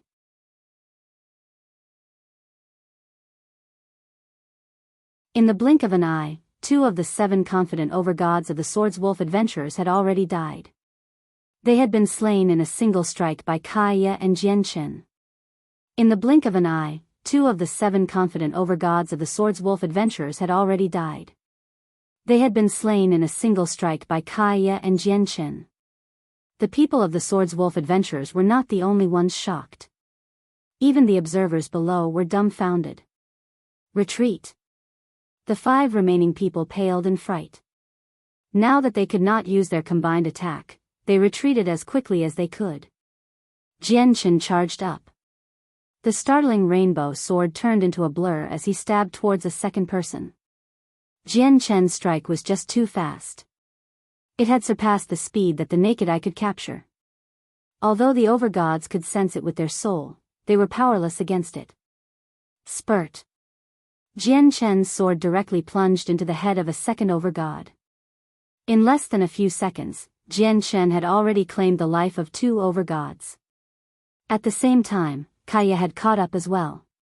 With a wave of her hand, the laws of destruction condensed, and she struck out without any mercy at all. Her palm strike struck a person's head and terrifying laws of destruction surged. It directly dispersed his soul and cracked his head. Even though Jian Chen and his group faced the Swordswolf adventurers 3 against 7 in the arena of life and death, their strengths were on completely different levels. Even though there were 2 late overgods among the 7 of them, they were regular late overgods at most. Let alone the difference from supreme overgods, but even the prodigies of some large sects were far more powerful than them. As a result, the battle was one-sided, or more correctly, it was not a battle, but a one-sided slaughter. Instantly, only the middle-aged man who had approached Jian Chen first remained among the 7 of them. The middle-aged man was called Qing Fan. Even though he was a late overgod, making him one of the most powerful among the 7, he could not help but pale in fright when he faced Jian Chen and Kaya right now. Chills ran down his spine while his forehead had already become covered with a thin layer of sweat. Out of the 7 overgods, only he remained in the blink of an eye. Just who did they provoke? Right now, Qing Fan was filled with regret. Don't kill me, don't kill me. Brother, it was my wrong earlier. I, Qing Fan, will apologize to you right here and make it up to you. I hope you can be the bigger man and spare my life, Qing Fan basically begged with a trembling voice. Spare your life? Jian Chen sneered. He glared at Qing Fan and said, isn't your Swordswolf adventurers pretty powerful? Provoking us purposefully and forcing us into the arena of life and death. We're standing in the arena of life and death now, so why are you begging for forgiveness now? Humph. Don't get cocky because the people begging for forgiveness will become you very soon. At this moment, a growl filled with killing intent rang out. The scarred captain of the Swordswolf adventurers, the Wolf King, had arrived at the arena of life and death with his 2 other god kings. The 3 of them seemed to be striding along steadily, but they would cross hundreds of meters with each step. With just a few steps, the 3 of them directly passed through the barrier and arrived in the arena. Once they had entered the arena of life and death, it would mean a death match had begun. No one could leave until victory was decided. Captain. Qing Fan's eyes immediately lit up with the Wolf King's arrival. It was as if he saw a bright lantern in the dark night, gaining hope and confidence. As the attention of Jian Chen, Kaya, and Master Chanlong was drawn towards the Wolf King, a vicious light flickered through Qing Fan's eyes. He silently took out a dagger and stabbed it towards Jian Chen's heart. The dagger flickered with a gloomy blue light. It gave off an icy cold presence, which was enough to cause people to feel chills. It had been covered with an extremely powerful poison. Qing Fan's sneak attack was unexpectedly successful. The dagger directly pierced through Jian Chen's clothes, and the sharp blade landed on Jian Chen's chest. Qing Fan was secretly overjoyed when he saw that his sneak attack had succeeded. However, his face froze very soon as he stared at Jian Chen's chest with widened eyes. Disbelief filled his face. Although his dagger had stabbed at Jian Chen's chest, it did not penetrate anything. It did not even make it through his skin. In particular, the great resistance he felt in his right hand was like he had stabbed at a steel wall instead. How is this possible? Qing Fan was extremely shocked inside. Jian Chen had blocked his sneak attack with his body alone. He had never seen or even heard of such a powerful body before. However, before Qing Fan could think too much about it, a streak of light rapidly expanded in his eyes. A strand of sword chi shot out from Jian Chen's hand, piercing Qing Fan's forehead. Stop! The Wolf King cried out furiously from nearby. He had already charged over as a blur in an attempt to save Qing Fan from Jian Chen. However, he was too late. The sword chi from Jian Chen's hand directly left behind a bloody hole in Qing Fan's forehead. It had entered his soul and wiped it out on the spot. The Wolf King howled out angrily, and his pupils became silver white. The presence from him surged as he charged at Jian Chen murderously. His right hand turned into a claw as the laws of a god king descended. He swung it at Jian Chen's head mercilessly. During all that, his 5 fingers had silently turned into 5 claws that shone with cold light. Jian Chen's face did not change. He remained calm and composed. He formed a seal with his hand, and a golden strand of sword chi condensed. It shot off as a dazzling streak of light. Boom! With a heavy sound, the sword chi collided with the claws of the Wolf King, making his body tremble. He staggered backwards uncontrollably as a vicious slash appeared on his right hand. It left behind a white mark on his 5 long claws. "Since you've already entered the arena of life and death, only the victorious can leave," Jian Chen said coldly.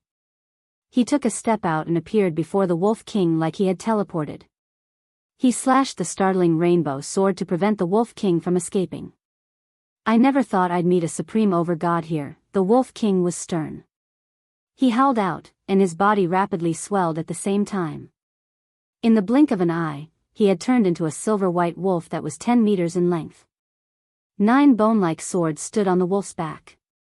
They shone with cold light as they pulsed with powerful energy. The captain of the Swordswolf adventurers was not a human. He was a Swordswolf. Moreover, now that the captain had reverted to his original form, his presence had clearly become stronger.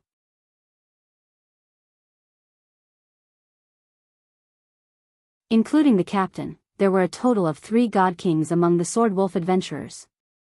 Just when the captain started fighting Jian Chen, the 2 other god kings struck out as well. Including the captain, there were a total of 3 god kings among the Swordwolf adventurers. Just when the captain started fighting Jian Chen, the 2 other god kings struck out as well. Naturally, Kaya and Chanlong would not watch on idly. They struck out as well, keeping a god king busy each. Although Kaya was only an over-god, and she had only reached godhood recently, her battle prowess was no worse than Jian Chen's. Her control and usage of laws even amazed Jian Chen. As a result, as soon as Kaya began fighting the God King, she was equally matched with him, and she even gained the upper hand from time to time. The 3 God Kings of the Swordswolf adventurers were not particularly powerful. They were no prodigies, and they were all just early God Kings. As a result, when Jian Chen and Kaya faced off against them, it was different from when they were being hunted down by the 3 protectors of the Empyrean demon cult. At that time, they basically could not fight back at all. Compared to Jian Chen and Kaya's ease, Master Chanlong suffered much more. He had completely lost the upper hand. If it were not for the assistance from the soul trapped in the formation banners, which had materialized into a giant python, Master Chanlong probably would have become heavily injured just from the God King's attacks. After all, he was a formations master. He specialized in casting down formations and attacking people like that. Master Chanlong held a simple, azure disc. He worked with the trapped soul against the God King as his hands constantly changed between seals. He tossed out formation banners one after another to cast down formations as quickly as possible. In an open battle, Master Chanlong would probably struggle to defeat opponents of the same cultivation realm, but if he could cast down his formations, he could kill God Kings easily. As they fought in the arena of life and death, violent booms rang out constantly. Powerful pulses of energy ravaged the arena, surprising many of the people who had gathered around it. As the news that God Kings were fighting in the arena of life and death spread, more and more people gathered around it. However, without any exception, all the observing people were stunned and shocked. 3 over-gods were fighting against 3 God Kings, and 2 of them were even equally matched with their God King opponents, seemingly gaining the upper hand from time to time. This sight brought unimaginable shock to all the people watching. To be able to fend off God Kings as over-gods, the 3 of them must be supreme over-gods from the over-gods plaque. The young man and woman are especially impressive. I even suspect them to be ranked first on the over-gods plaque. We don't know just how powerful the person ranked first is, but I am confident that the young man and woman are ranked within the top 10, no, the top 3. Many people were amazed as they sighed in surprise around the arena. At this moment, a great wolf howl rang out. The Wolf King and Jian Chen's battle had reached a level of great intensity. The Wolf King was already doused in blood. Vicious slashes covered his body, and out of the 9 bone swords on his back, only 6 remained. Jian Chen had cut off 3. However, Jian Chen's clothes were torn as well and splashed with blood. It was no longer possible to distinguish whether the blood was his or the Wolf King's. At this moment, at the very top of the spatial battleship, 3 old men sat within a well-decorated room. The 3 old men seemed extremely simple.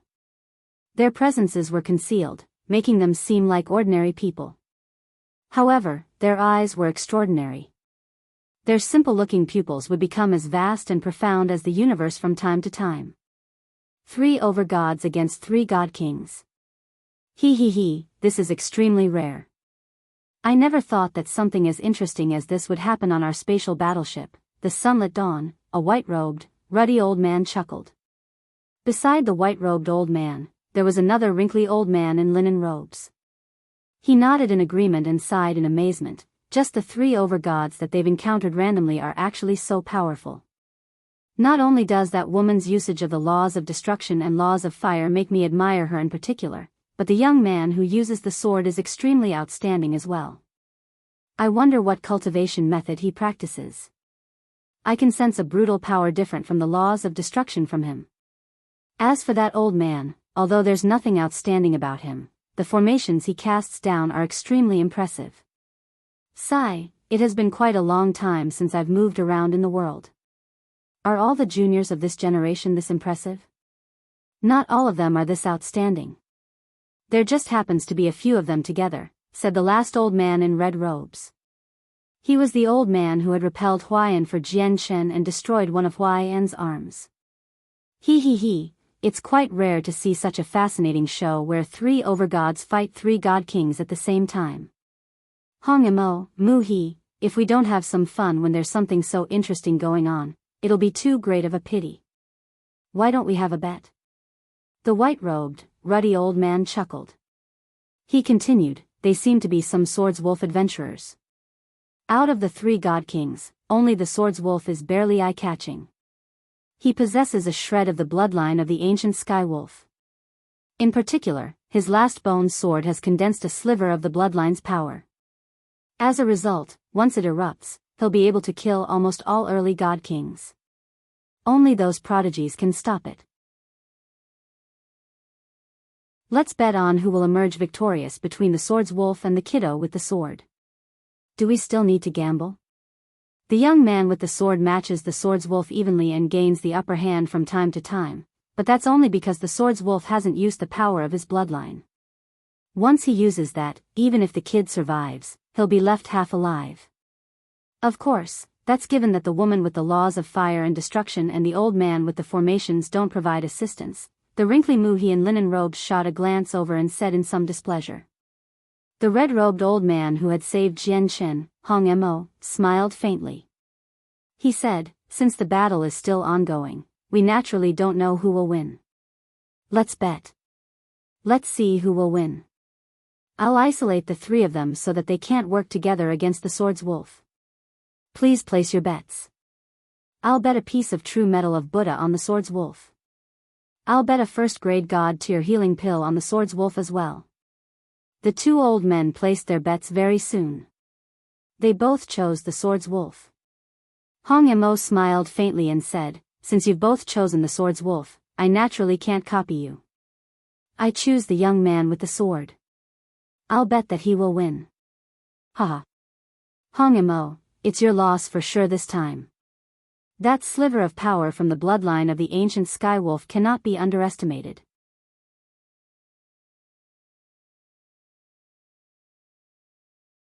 The power from the bloodline of the ancient Skywolf is indeed very powerful, except the power condensed in the 9th bone sword is only a sliver of it.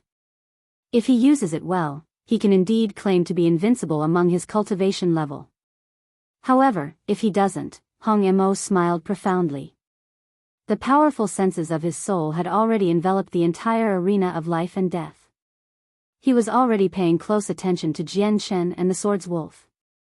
The power from the bloodline of the ancient Skywolf is indeed very powerful, except the power condensed in the 9th bone sword is only a sliver of it.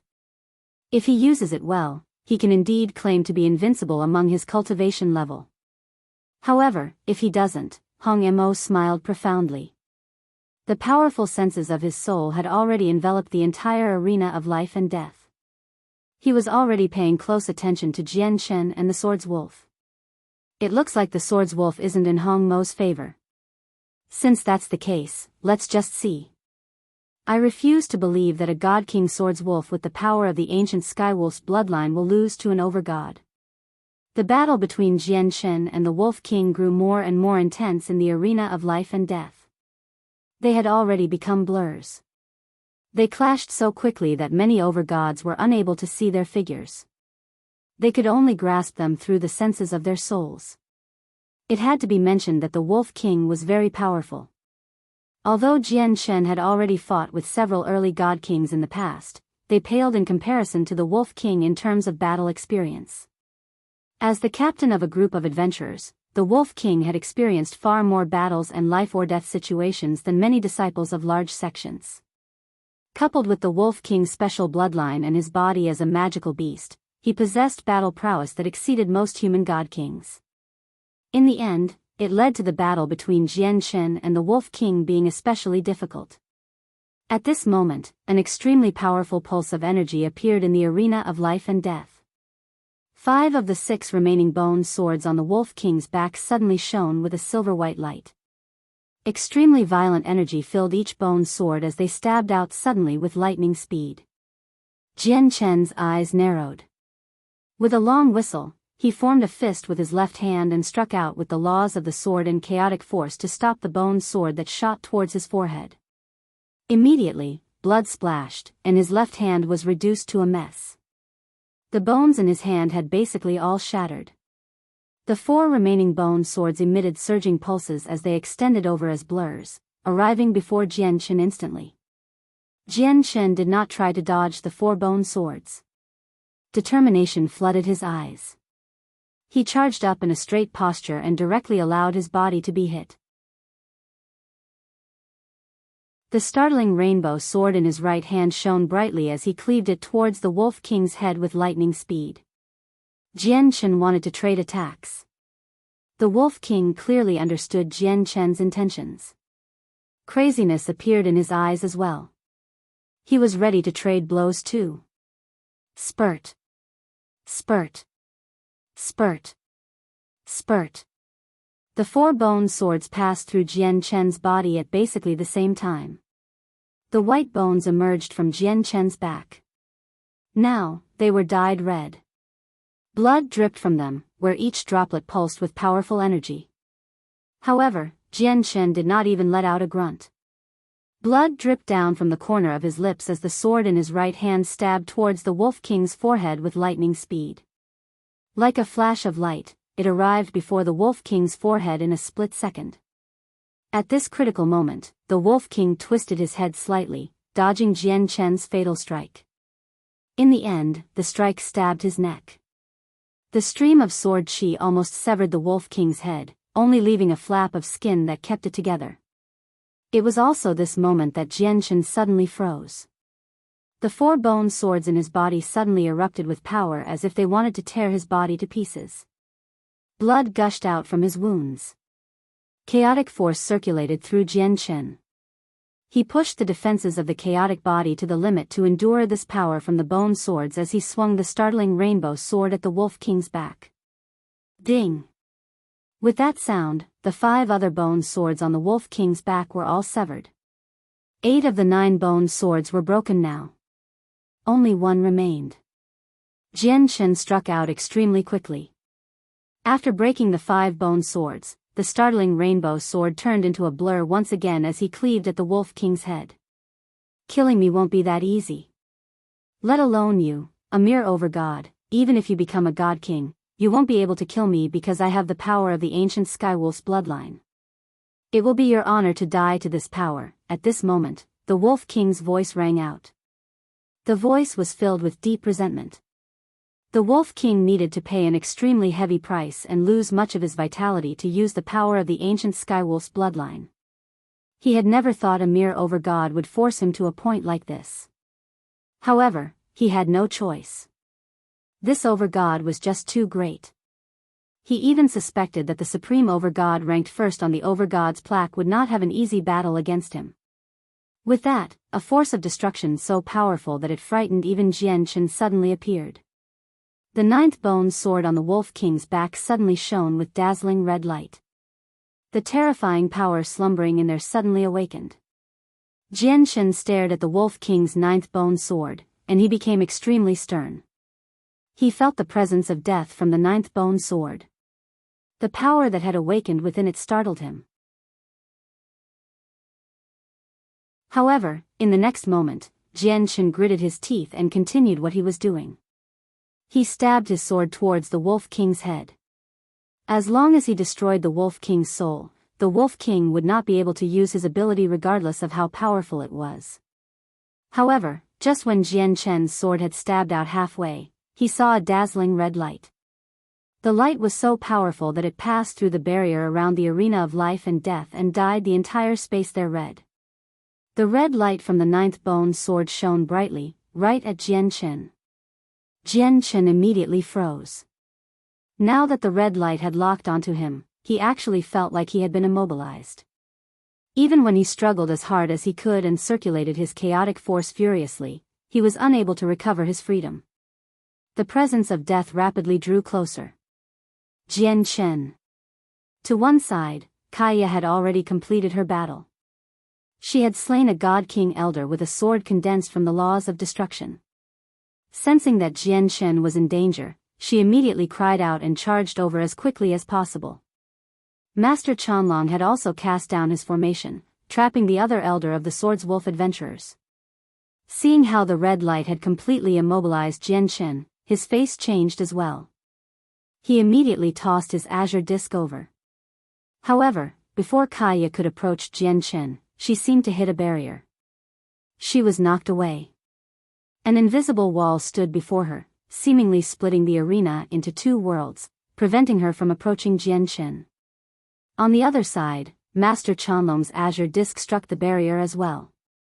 Just like Kaya, he was unable to approach Jian Chen at all. At this moment, the red light from the ninth bone sword had almost reached Jian Chen's forehead. The situation was critical.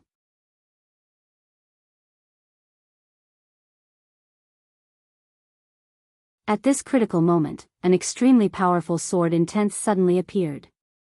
It permeated the entire space, causing the expressions of all the people watching on to change drastically. At this critical moment, an extremely powerful sword intense suddenly appeared. It permeated the entire space, causing the expressions of all the people watching on to change drastically. Two strands of finger-sized sword chi had appeared above Jian Chen's head, shining with blinding light. The strands of sword chi were small, but the power they gave off was shocking. It filled all the overgods present with fear, and even the expressions of the God Kings changed. That kid with the sword is about to die. It's just like what I said. Not only is that Swordswolf a God King, but it also possesses the power of the ancient Skywolf's bloodline. The kid is definitely not his opponent. Hong Mo, it's your loss this time, the white-robed old man smiled at the top of the spatial battleship. Although the kid with the sword is going to lose to the Swordswolf, it's extremely impressive for him to force a God King Swordswolf to such state as an overgod. If the Swordswolf did not possess the bloodline of the ancient Skywolf, allowing him to use the bloodline's power, he definitely would not have been able to defeat the young man, Muhi said gently. Pity filled his face. Muhi, why were you acting all melancholy? What is there to be depressed about? The saints' world is so big, and there are so many prodigies out there, but how many people are truly able to make it to the peak? Don't most of them die along the way? Across the years, who knows how many glorious prodigies have died before me? I've grown numb to it, the white-robed old man said calmly. Then, he looked at Hong Mo, and a sliver of excitement appeared in his eyes. He said, "You've lost the best, Hong Mo. According to what you promised us before, you'd give us 2 third-grade god-tier healing pills, right?" The white-robed old man paused when he reached there. A sliver of surprise appeared on his face, and he could not help but cry out, "What is this sword chi? It's actually so powerful. How can a sword chi like that appear from an overgod?" At that moment, the indifferent Hong Mo also revealed a slight smile. He murmured to himself, "I knew it." For the vice-leader of the Empyrean demon cult, Huayan, to personally hunt him down, he definitely can't be as simple as he seems. Victory remains undecided. As soon as the 2 strands of profound sword chi appeared above Jian Chen's head, they shot off like 2 bolts of lightning. Distance seemed negligible before it, and it collided with the red light in a single flash. Boom! The 2 strands of profound sword chi both dispersed, instantly vanishing. The red light from the ninth bone sword of the Wolf King was clearly much more powerful than Jian Chen's profound sword qi. Although it was also dispersed, a third of its power lingered. It continued towards Jian Chen at the same speed as before. Jian Chen had already recovered his mobility after his profound sword qi had collided with the red power. However, at the same time, basically all the power of his soul had been drained from using the two strands of profound sword qi. He tottered violently and almost lost his footing. He was unable to dodge the remainder of the incoming attack. He only stabbed at the Wolf King's head as quickly as he could with the startling rainbow sword. Spurt. The sword stabbed through the Wolf King's head and destroyed his soul. Due to it being too forceful, the sword passed through the Wolf King's head and stabbed into the arena heavily, pinning the Wolf King's head to the ground. Crack. The cracks on the sword rapidly expanded, covering the entire weapon very soon. It directly fell apart like that, reduced to fragments. The startling rainbow sword had already been damaged. After the battle this time, it had finally given way, ending its use. At the same time, the power of the bloodline struck Jian Chen. Blood spurted from his mouth on the spot as he was blown away. He collided against the barrier around the arena. The spatial barrier that separated Jian Chen, Kaya, and Chanlong vanished with the Wolf King's death. As soon as the barrier had vanished, Kaya immediately rushed over to Jian Chen. She took out the best healing pill on her and fed it to Jian Chen. Concern filled her face. "Don't worry, I'm fine." "I can't die," Jian Chen said weakly. He endured the excruciating pain as he struggled to sit up. Then, he took out a large number of recovery pills from his space ring and ingested them. At the same time, he circulated his chaotic force to heal. The battle against the Wolf King had left him severely injured. Fortunately, he had the support of the chaotic body. Otherwise, he would have died long ago. It would have been impossible for him to last until now. Spurt. Suddenly, Jian Chen vomited another mouthful of blood. His face had already become sheet-white and haggard. His wounds were not the problem. With the recovery rate of his chaotic body, he would be in perfect condition again before long. However, Jian Chen had never thought that when the red light struck him, a portion of its power would linger within him. Even though it was an extremely tiny portion, it was exceedingly powerful. Jian Chen was unable to purge it even when he circulated his chaotic force. He could only surround it temporarily with chaotic force to prevent it from ravaging his body. Is this the power of the ancient Skywolf's bloodline the captain of the Swordswolf adventurers mentioned? It really is very powerful. With my current cultivation, there's nothing I can do about it, Jian Chen thought. As soon as he thought about the might that had erupted from the bloodline's power earlier, he felt a lingering sense of fear. The power of the ancient Skywolf's bloodline was simply too powerful. He used both strands of profound sword qi, yet he still lost the upper hand. He was only able to disperse a portion of it and weaken it. Otherwise, if Jian Chen had taken on the entire thing, he would probably be dead even with his chaotic body. Arg! A chilling howl rang out. The last god king of the Swordswolf adventurers died to Master Chanlong's killing formation. Now, all the experts of the Swordwolf adventurers were dead. Only a few gods remained. Clearly, Jian Chen could not recover on the arena of life and death, so after barely stabilizing his wounds, he stood up and went to collect the Wolf King's space ring. Afterwards, he arrived before the Wolf King's corpse and stared at the perfect ninth bone sword. He could vaguely sense that the power of the bloodline in the bone sword had not been completely consumed in the attack before. A portion of it still remained. After hesitating slightly, Jian Chen planted a foot on the Wolf King's corpse and gripped the ninth bone sword with one hand. He pulled hard and directly wrenched the bone sword from the Wolf King's corpse. He also collected the Wolf King's monster core before leaving.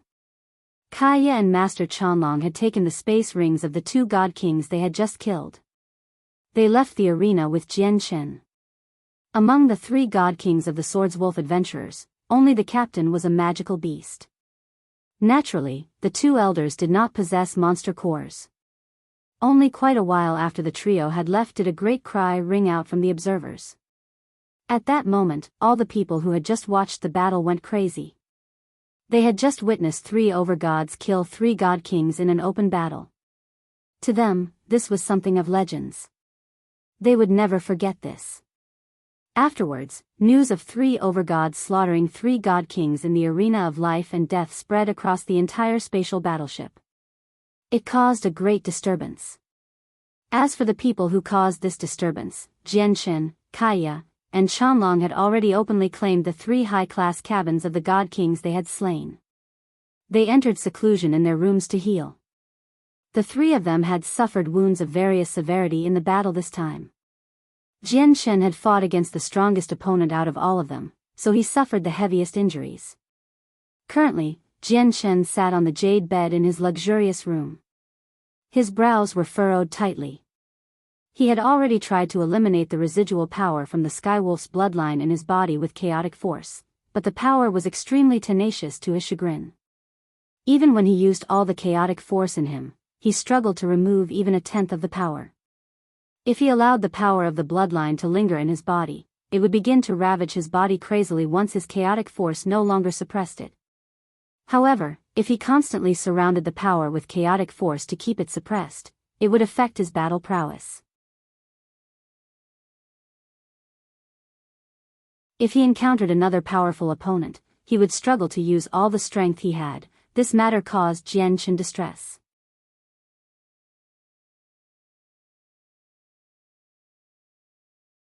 In the blink of an eye, 3 days had already passed since the battle in the arena of life and death.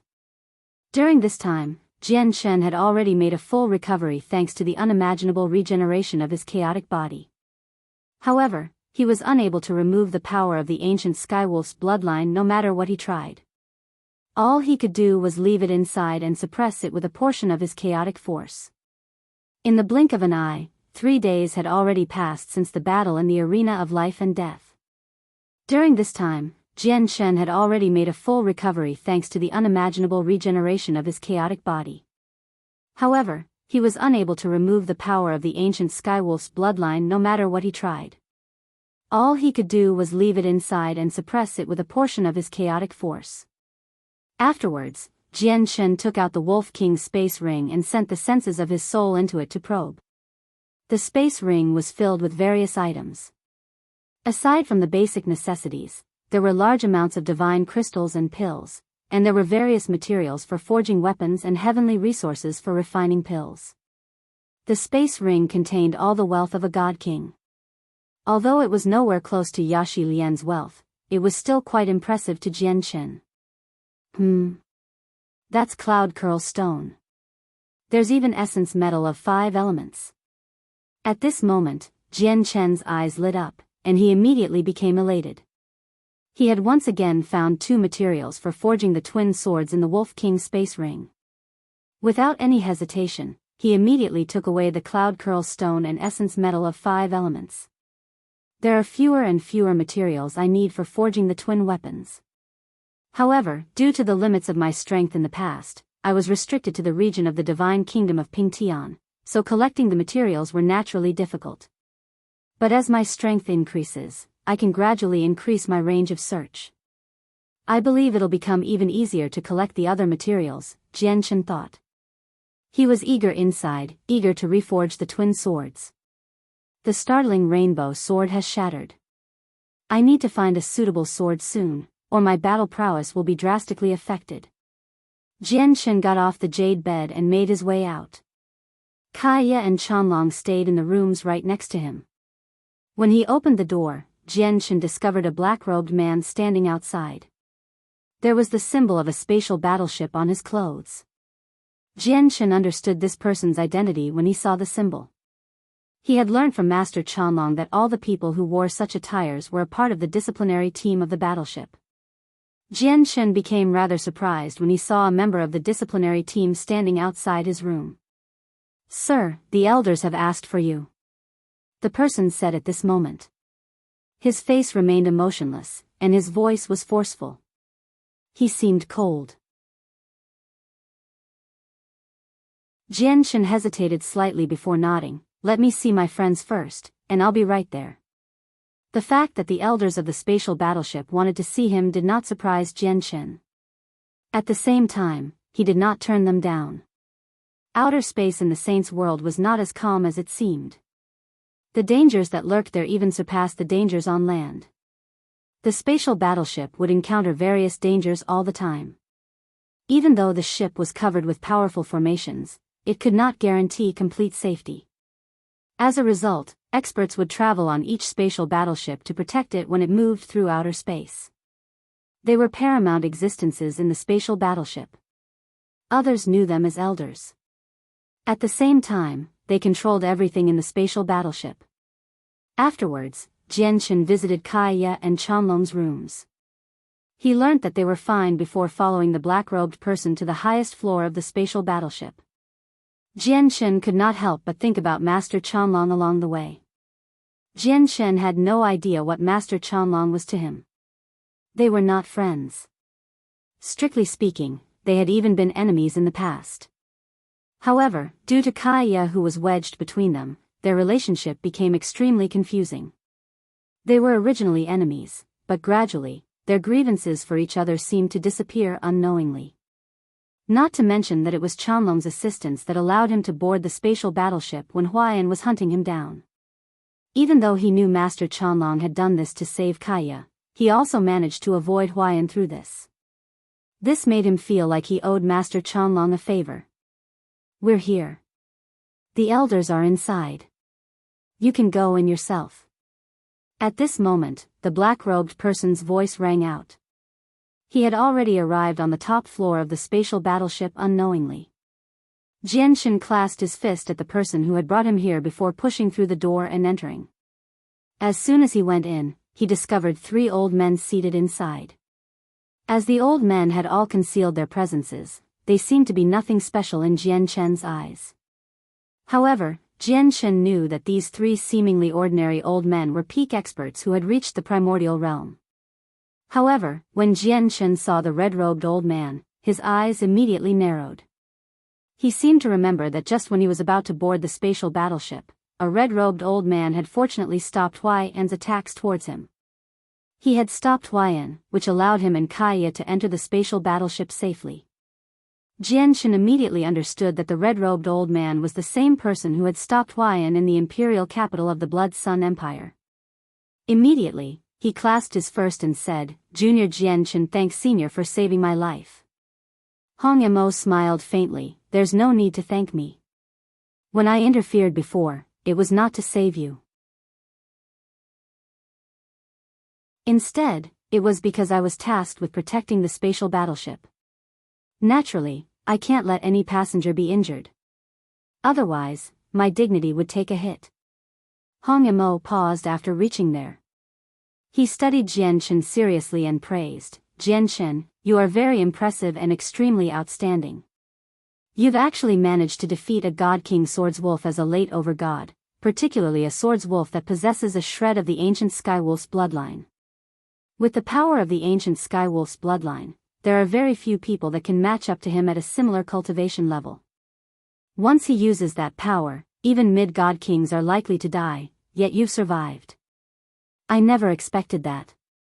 Jian Chen could not help but become curious about the ancient Skywolf, seeing how the power of the bloodline was mentioned again. He asked, "Senior, is the ancient Skywolf powerful?" "You don't say." The bloodline of the ancient Skywolf rivals that of the war god from the God clan. It's just slightly worse. Moreover, the ancient Skywolf used to be one of the grand exalts of our saints' world. Do you think it's powerful? If it weren't for the fact that the bloodline was very thin, you definitely would not be alive right now." The white-robed old man stared at Jian Chen with some evident annoyance.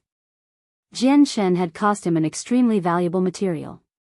It was the main material for forging a god artifact, and he had collected it after great difficulty. In the end, he lost it to Hong Mo through the bet. Jian Chen was astounded. He had never thought that the ancient Skywolf used to be a grand exalt of the saints' world. The white-robed old man felt great displeasure towards Jian Chen since he had lost a valuable material. Looking at how astounded Jian Chen had become, he could not help but scoff, it looks like you don't know what kind of existence a grand exalt is. Allow me to give you, the junior, a proper lesson.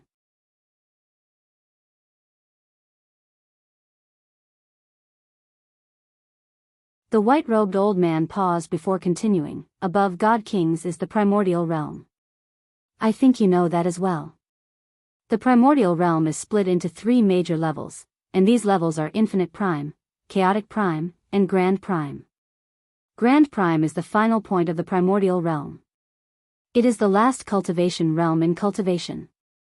At the same time, they are existences that stand at the peak of the saint's world.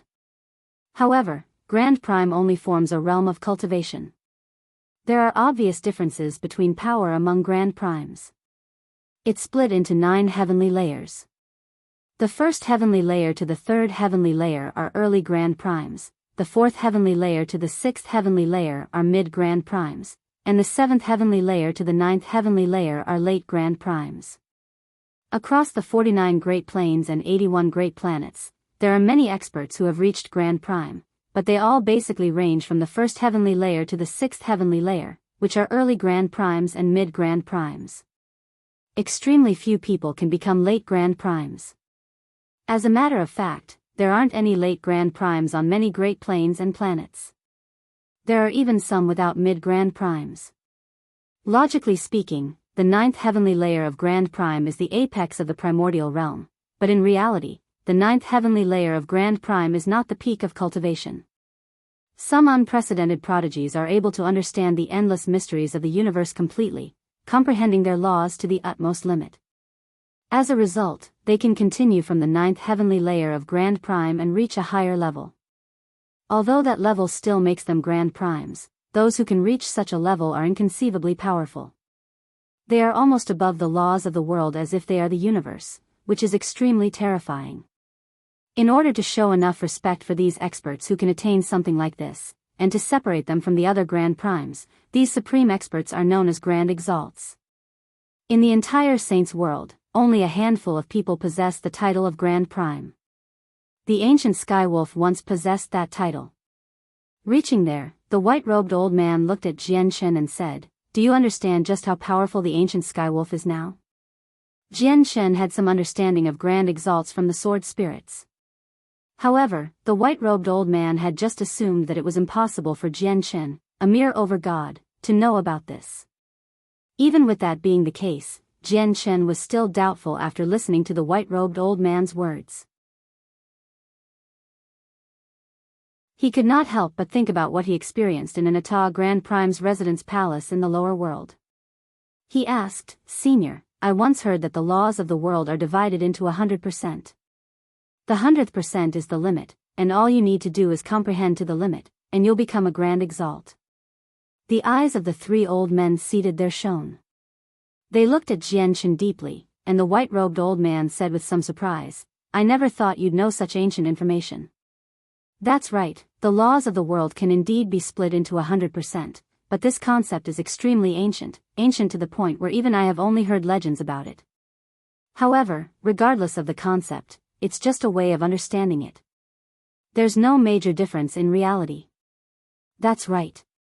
For example, the immortals world that opposes us has a different name for each cultivation realm, completely different from our saints' world. However, the laws they comprehend are the same as the ones in our saints' world. It's still the 3,000 ways of the cosmos, said the red-robed old man. As soon as he heard the mention of the immortals world, Jian Shen's heart shuddered. He became cautious naturally, and he hid the twin swords deeply away.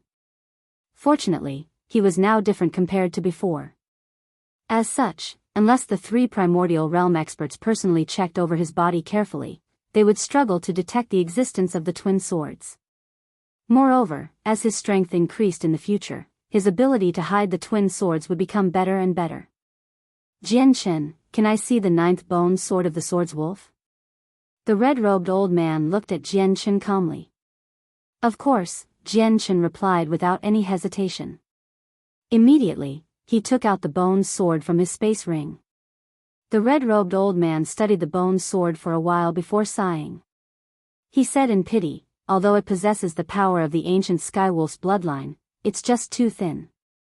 If it were slightly denser, I might have been willing to give you a good price for it. The red-robed old man returned it to Jian Chen. He said in pity, there's not much value to collecting this bone sword. The bloodline power in there is basically useless to me. There was nothing that Jian Chen could say in response. In his eyes, since the bone sword contained a sliver of power from a Grand Exalt's bloodline, it was priceless, yet to the red-robed old man, there was not even value in collecting it. It was not just the red-robed old man. He discovered that the other two primordial realm experts treated the bone sword indifferently as if it was nothing of value. The power of the ancient Skywolf's bloodline is extremely special. It can't be absorbed.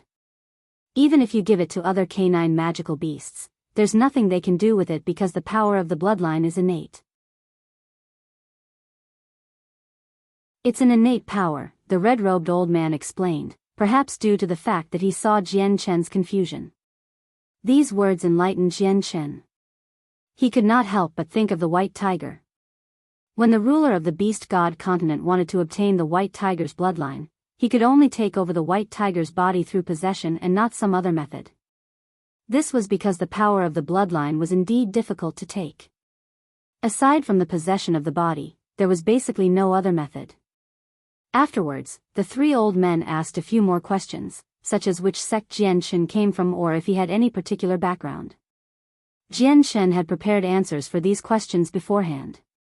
He mentioned Fairy Hao Yuan spun a web of lies and truths, making his way through them. The three old men did not trouble Jian Chen. After understanding some basic information, they dismissed him. Hong Mo, what do you think? Mo, he looked at Hong Mo after Jian Chen had left.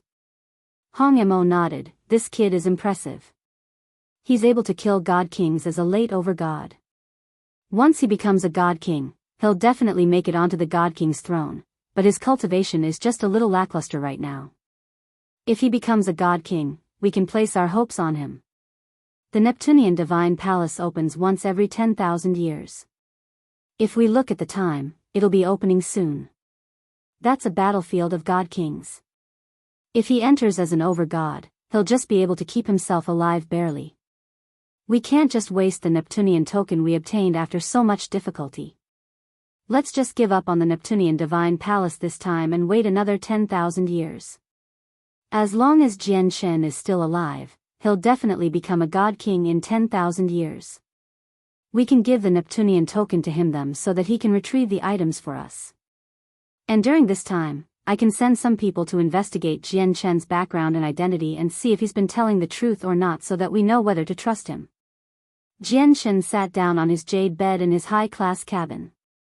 He held the 9th bone sword that possessed a sliver of the power from the ancient Skywolf's bloodline and studied it carefully. He sent the senses of his soul into the bone sword to check on the bloodline of the ancient Skywolf, to see whether the bone sword could remove the residual power in his body or not. As the senses of Jian Chen's soul entered the bone sword, he gradually found the power of the ancient Skywolf's bloodline. It was only a thumb-sized cloud of red mist. Perhaps due to being too thin, it had not even condensed into a liquid. Even though it was very thin, there was no doubt about its power. Jian Chen could clearly sense a desolate, primordial presence from the power of the bloodline. It seemed to contain the unruliness and feral nature of a wild beast. However, Jian Chen's face changed slightly at this moment. The power of the ancient Skywolf's bloodline he had been suppressing in his body actually began to rampage wildly as if it wanted to break free from Jian Chen's suppression. With that thought, Jian Chen controlled his chaotic force to strengthen the suppression so that he could keep the power of the bloodline under his control. However, Jian Chen was astounded very soon. As he suppressed the power of the bloodline, he discovered that the power of the bloodline in the 9th bone sword seemed to awaken. It left the bone sword and flowed into his body through his hands.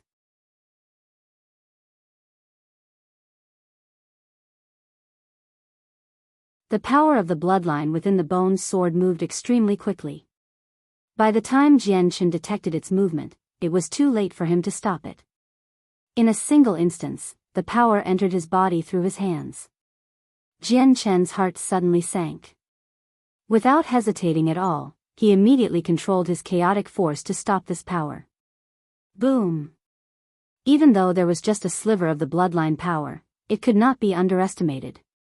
When the two collided, a loud sound immediately erupted. Spurt! Jianshan vomited a mouthful of blood as his body shook violently. The collision of the two powers in his body turned his body into a battlefield. He had become quite injured as blood oozed out of his pores.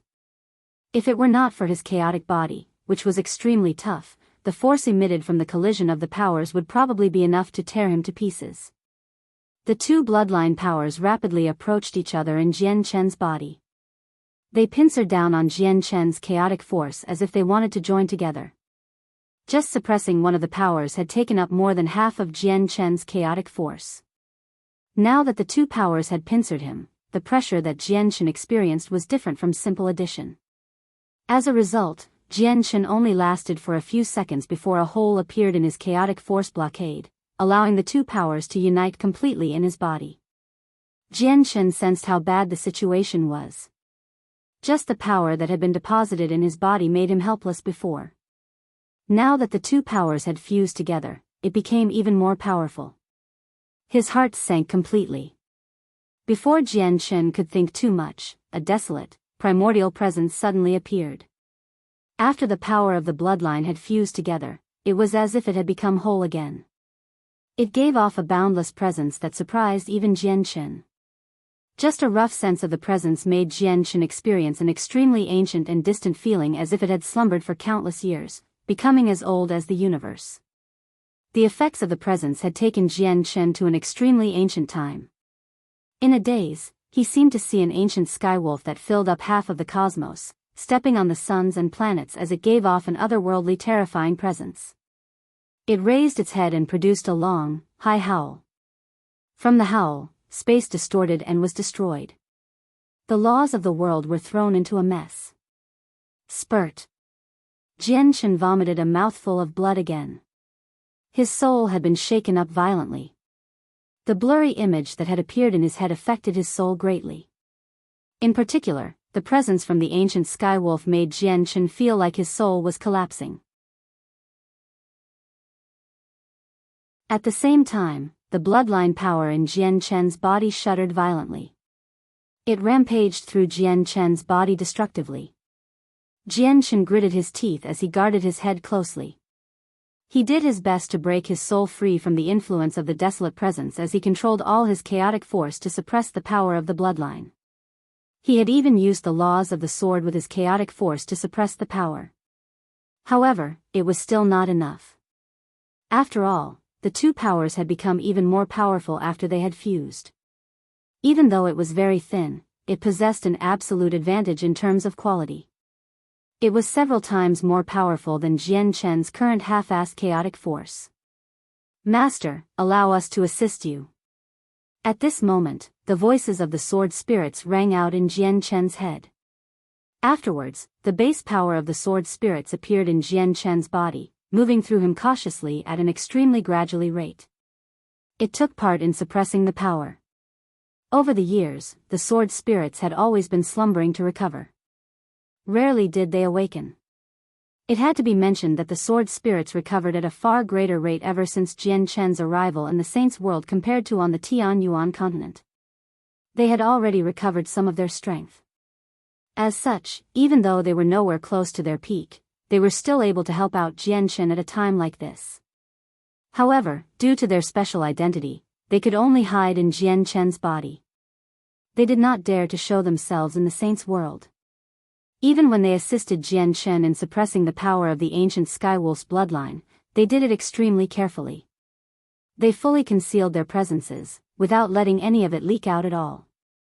The power of the bloodline suddenly shuddered when it sensed the power of the sword spirits. As if it had detected a great threat, it immediately fell quiet. It was now filled with cautiousness and vigilance. The power of the ancient Skywolf's bloodline was indeed extremely great. However, the sword spirits possessed power at a higher level, as they originated from the yin and yang that had separated from chaos. They were spirits that had formed from strands of yin qi and yang qi. They were truly immortal and unkillable existences. In the past, the backlash from the fusion of the two swords had even claimed the life of their previous master, a Grand Exalt, someone who truly possessed overwhelming abilities and was basically a part of the universe. However, although they were heavily wounded, the sword spirits survived. In the end, with the help from the sword spirits, Jianshan finally suppressed the power of the ancient Skywolf's bloodline. However, Jianshan felt no joy at all, as not only did he use all his chaotic force to suppress it, but he even used the laws of the sword. He was basically using everything he had. In his current situation, he could not even move about. At this moment, Jianshan's consciousness was affected once again. The desolate and primordial presence from the power of the bloodline made him see an ancient skywolf that filled up half the cosmos. It stepped on the suns and planets as it howled once again. Jianshan's soul shuddered heavily once again. The indescribably frightening pressure from the ancient skywolf had deeply shocked him. Once again, he felt like his soul was collapsing. This time, as there was no power of the bloodline running amok in his body, Jianshan was able to clearly sense the might of the ancient skywolf for longer. However, this only lasted for 5 minutes before an intense sense of dizziness forced Jianshan out of that state. In that short moment, the power of his soul that had just recovered was completely drained. He felt like the world was spinning around him as his head throbbed, tempting Jianshan to directly fall unconscious. Jianshan immediately took out a few soul recovery pills and ingested them. Fortunately, he had purchased quite a few of them while he was the imperial capital of the Xiandao Empire. Coupled with the ones he had found in the Wolf King's space ring, he possessed quite a few of them now. However, Jianshan's eyes suddenly lit up when he ingested the soul recovery pills. He was elated. He discovered that his soul had actually strengthened slightly.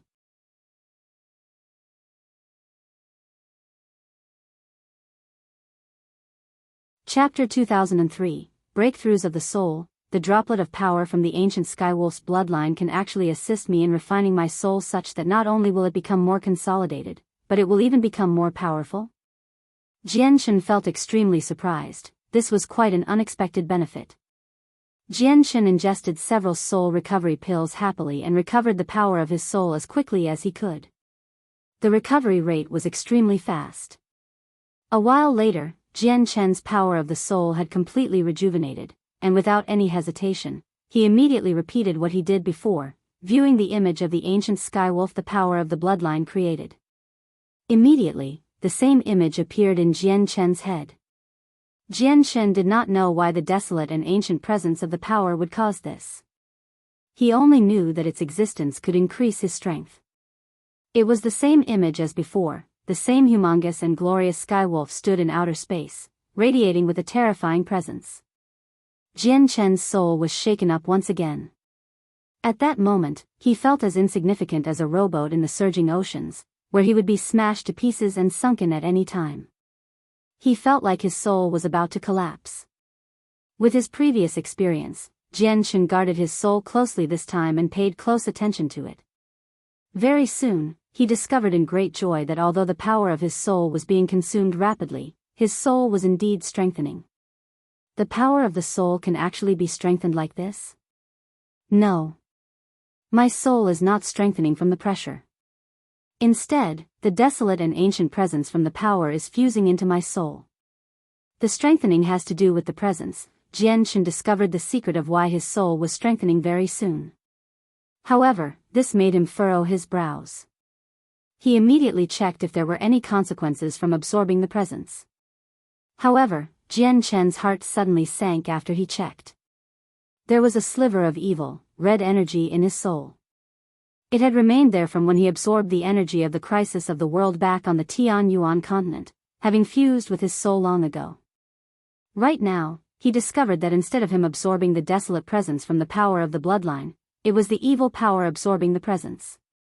It was just that due to the fact that his soul had fused with the evil power, his soul also benefited when the evil power absorbed the desolate presence. So it's all because of you that my soul is strengthening. Jianshan fell silent. He had no idea whether to continue the absorption or to stop immediately. A sliver of the evil spirit's power had contaminated his soul, so it brought on too many unstable factors. It had once even affected his soul and made him lose his mind. In the past few years, his strength had been increasing rapidly, so he had been able to suppress the evil spirit's power to prevent it from affecting him during that period of time. However, once the evil power grew as well, suppressing it would no longer be as easy. This was unless he could maintain an absolute advantage in terms of power to keep it suppressed. As Jianshan hesitated, the thought of Huayan hunting him down crossed his mind again.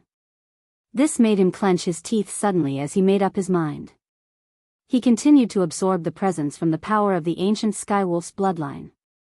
Jianshan entered a long period of secluded cultivation. Through the power of the bloodline, his soul basically grew every single day. However, the number of soul recovery pills he needed each time gradually increased as his soul strengthened. In just half a month, Jianshan used up all the soul recovery pills on him. Without them, it would take an extremely long time for the power of his soul to recover once he used it all. However, Jianshan had no intentions of stopping. He called Kaya over and gave her a large amount of supreme-grade divine crystals to buy many soul recovery pills and heavenly resources that could allow the soul to recover on the spatial battleship. Afterwards, he continued his secluded cultivation. In the blink of an eye, 2 months had already passed. During that time, Jianshan had consumed countless soul recovery pills. Jianshan had basically bought out all the soul recovery pills and heavenly resources that could recover the power of the soul, directly causing their price to skyrocket. After the 2 months of secluded cultivation, Jianshan's soul finally broke through to the level of God Kings. Even though it was only early God King, he had reached the peak of early God King, where he was only a single step away from reach mid God King. Of course, only the power of his soul had been increased. His chaotic force and comprehension of the laws of the sword remained at late over God. However, there were some consequences as well. The sliver of evil power in Jianshan's soul had strengthened along with his soul. The desolate presence from the power of the bloodline had become extremely weak, but Jianshan still did not emerge. That one image of the ancient Skywolf treading on the celestial bodies and roaring had appeared in his mind countless times. After 2 whole months of viewing it, the image was like an iron brand, stamped into the depths of Jianshan's soul such that he would never be able to forget it. Jianshan even experienced illusions as if he was the ancient Skywolf that trod on those planets and stars, producing a howl that could make the universe tremble. Moreover, as he absorbed more and more of the presence, the illusion became stronger and stronger and occurred more and more frequently. In the end, Jianshan could not help but copy the ancient Skywolf and let out a howl. A roar. Suddenly, Jianshan actually produced a long howl, just like a wolf's. Jianshan did not do this purposefully. Instead, it was because the influence from the image of the Skywolf was just too great over the past 2 months. It was to the point where he began treating himself as an ancient Skywolf subconsciously, so he produced the howl naturally. However, when Jianshan howled out, a terrifying force radiated. All the origin energy stopped flowing and space froze. Visible waves of sound expanded into the surroundings, where all the decor and appliances in the cabin were reduced to dust in a single instance wherever it passed by. The entire cabin shook violently. If it were not for the protection of the formations, the sound waves would have probably destroyed the cabin. Jianshan opened his eyes. They were slightly dazed in the beginning, but his eyes suddenly narrowed afterwards. Only then did he abruptly realize what he had done subconsciously, which surprised him. He looked around and discovered that apart from the jade bed and cabin that formations protected, everything else had been reduced to dust. What filled him with disbelief was that all the dense origin energy in the cabin had actually vanished completely. Was the origin energy scattered by the howl I emitted accidentally? How is that possible? If that's true, just how powerful was the howl earlier? Jianshan's heart churned. He was perturbed. However, in the next moment, an intense feeling of weakness overwhelmed him. Jianshan immediately sensed that the power of the bloodline within him had almost been completely consumed. At the same time, his own vitality poured into it endlessly, transforming into new power of the bloodline to make up for the consumption. What's happening? Jianshan was completely perplexed. He was confused by what was happening. He seemed to be able to use the power of the ancient Skywolf's bloodline. However, did the three elders of the spatial battleship not mention that the power could not be absorbed? Even to wolves, it was useless because it was something innate. It was impossible for people born without it to use it. Yet, why was he able to use it? Is it also because of the evil power in my soul? Jian Chen thought. He simply could not think of a suitable reason to explain all this.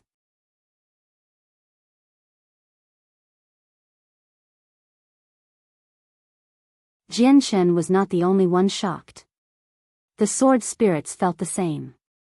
How is this possible?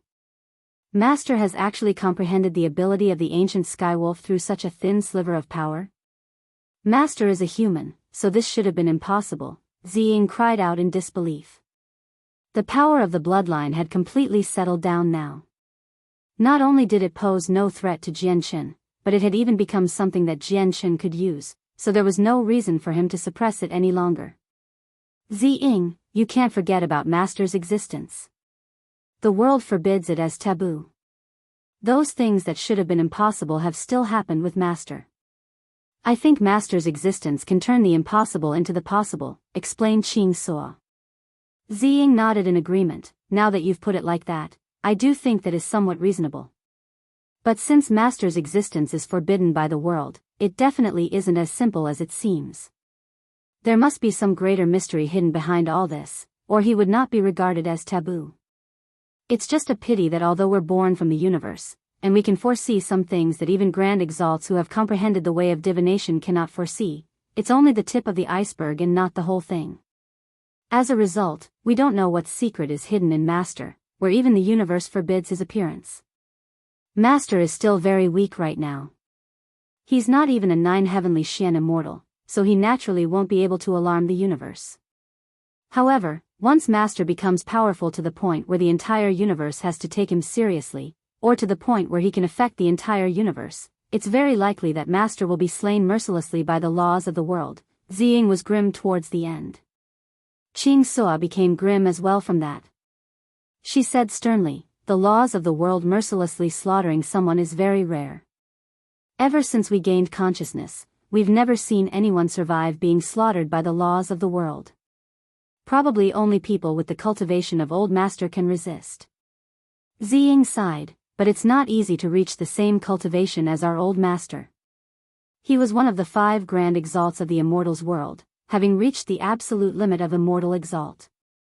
Even those unprecedented prodigies may not necessarily become grand exalts. Moreover, Master cultivates the chaotic body.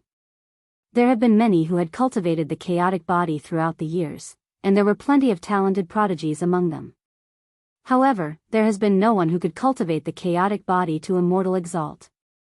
Ziying paused before continuing, but Master's existence is forbidden by the world, so I believe Master will create miracles.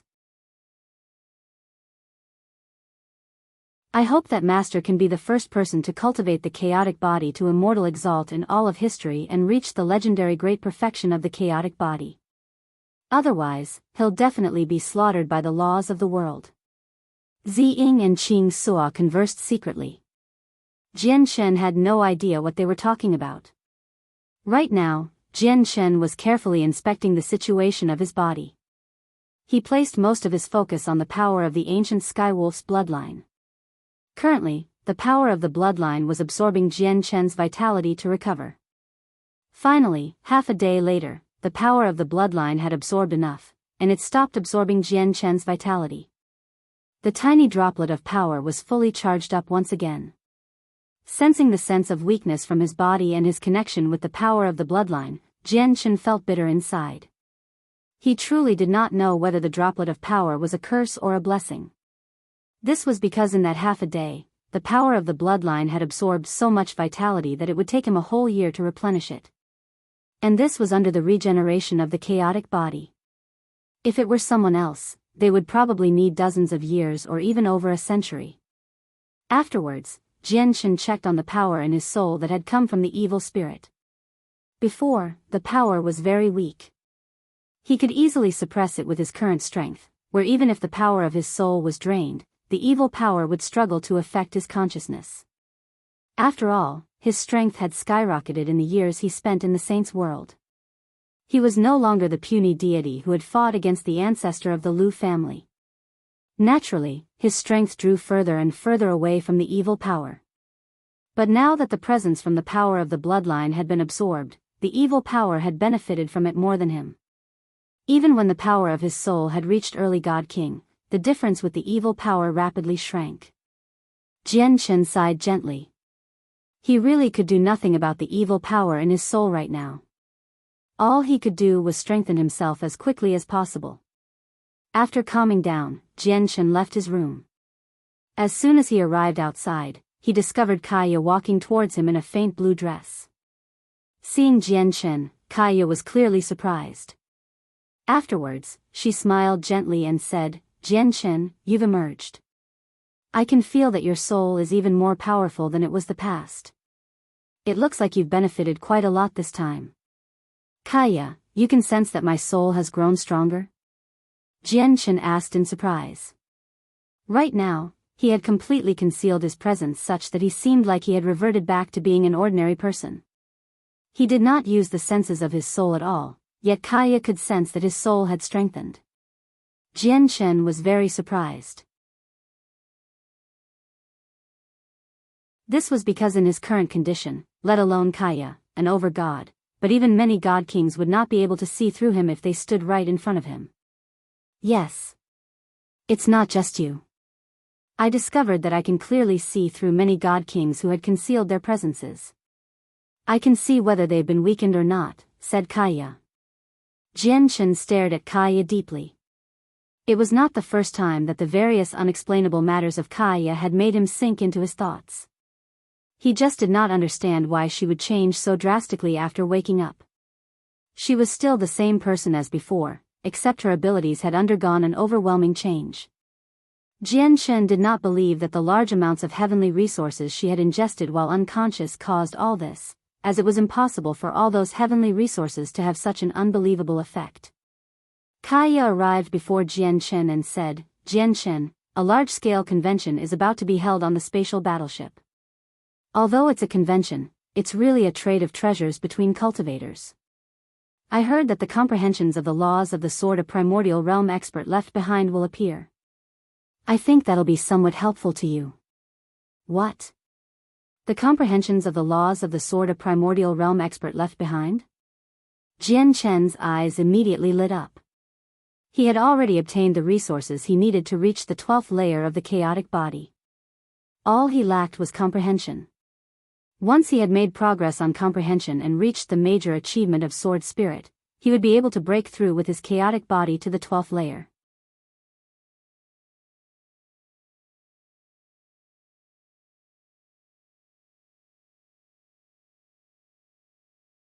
Her gray hair had already withered, and she reeked of death. It made people feel that she was someone who was about to pass away from old age. "Senior, how much for this material?" Jian Chen pointed at the Skylink Dark Dragon Rock and asked calmly. "It's a supreme-grade material. 10 blocks of high-grade divine crystal," the old woman said with her eyes closed while she sat on the ground. Her voice was filled with weakness. Jian Chen frowned. 10 blocks of high-grade divine crystal was an astronomical price. After all, the supreme-grade materials in the auctions of the divine kingdom of Pingtian had only fetched up to a price of several 100,000 high-grade divine crystals. That was less than a single block. However, after hesitating slightly, Jian Chen took out 10 blocks of high-grade divine crystal to buy the material. It was difficult to collect the materials required for forging the twin swords, so he could not miss out any of them when he came across them. Moreover, he did not lack divine crystals. "Jian Chen, this old granny is very powerful." When Jian Chen took the material and left the old woman's stall, Kaya's voice rang out in his head. "Yes. Even I can't sense her presence at all. She must be a god king," Jian Chen nodded. Kaya became rather stern. She glanced in the direction of the old woman and said, "No, I feel like the old granny is not a god king. The feeling she gives me is even more terrifying than god kings." It's just that she's extremely injured and extremely weak. Jian Chen immediately froze up from that. However, he recovered in just a single instance. He thought of the old woman again and was secretly surprised. Afterwards, Jian Chen wandered around, visiting all the stalls there. However, there were no other materials for the twin swords to his disappointment. In the blink of an eye, 24 hours had passed. The convention formally began. What was a convention? Naturally, it was a gathering where cultivators communicated with each other, sharing their experiences and knowledge on cultivation. There were also trades of treasure. Jian Chen did not take part in the conversations about cultivation. He directly went to where treasures would be traded. He had come here for the purpose of the comprehensions of the laws of the sword from a primordial realm expert. The trades held here were different from auctions. Items at auctions would be sold to the highest bidder, but items would only be traded between cultivators for other items they were looking for here. The first is a supreme quality defensive treasure, the 100 Paths armor. Everyone knows just how precious a supreme quality defensive treasure is, so I won't explain it. In the region for trades, a white-robed, middle-aged man took out a black armor. The presents he gave off had already reached the level of god kings. The appearance of the supreme quality defensive treasure immediately attracted everyone's attention. Many people revealed a desire and yearning to possess it. The treasure attracted even the attention of Jian Chen and Kaya, who had just arrived here. The treasure was in perfect condition. It alone could block the attacks of god kings and weaken them such that the wearer would only suffer minimal damage. On the other hand, the damaged, defensive god artifact Jian Chen possessed was basically useless aside from its toughness. If it was used to block attacks that were just too powerful, the wearer would still experience the complete force even if the armor would emerge unscathed. The wearer would be shaken to pieces. At this moment, the middle-aged man said again, "I'm looking for a god-tier material, the 7-colored cloud silk. If someone has the 7-colored cloud silk, this 100 Paths armor is yours." Many people were immediately disappointed when they heard that the middle-aged man wanted a god-tier material. "I have a first-grade god-tier material, meteoric iron. It's useless to me, so I'm looking to trade it for other god-tier materials or pills. I have 3 supreme-grade blood-condensing fruits, and I'm looking for pills or heavenly resources that can heal the soul at the same grade. I have a 9th-grade cultivation method. I'm looking for." Afterwards, more and more people took out their treasures to take part in the trading. Some people called out loudly, while others set up stalls. They placed down a small wooden sign that emphasized what they were looking for. Jian Chen searched through the area carefully. It had to be mentioned that there were extremely many items that appeared here, covering all the various types. There were materials, heavenly resources, cultivation methods, truth-tier battle skills, and various books on the experiences and knowledge of cultivation. However, to his disappointment, he failed to find the comprehensions of the laws of the sword a primordial realm expert left behind. At this moment, Jian Chen's eyes narrowed slightly. He noticed the old woman who had sold him the Skylink Dark Dragon Rock, the person who Kaya suspected to be a primordial realm expert, make her way through the crowd slowly. Afterwards, she sat down on the ground and set up a stall again. There were quite a few more items compared to the previous stall. Aside from the materials Jian Chen saw earlier, there were some more heavenly resources. However, when Jian Chen saw the stone tablet that the old woman slowly took out from her space ring, his heart suddenly shuddered. He could sense a tremendously sharp sword intent from the stone tablet.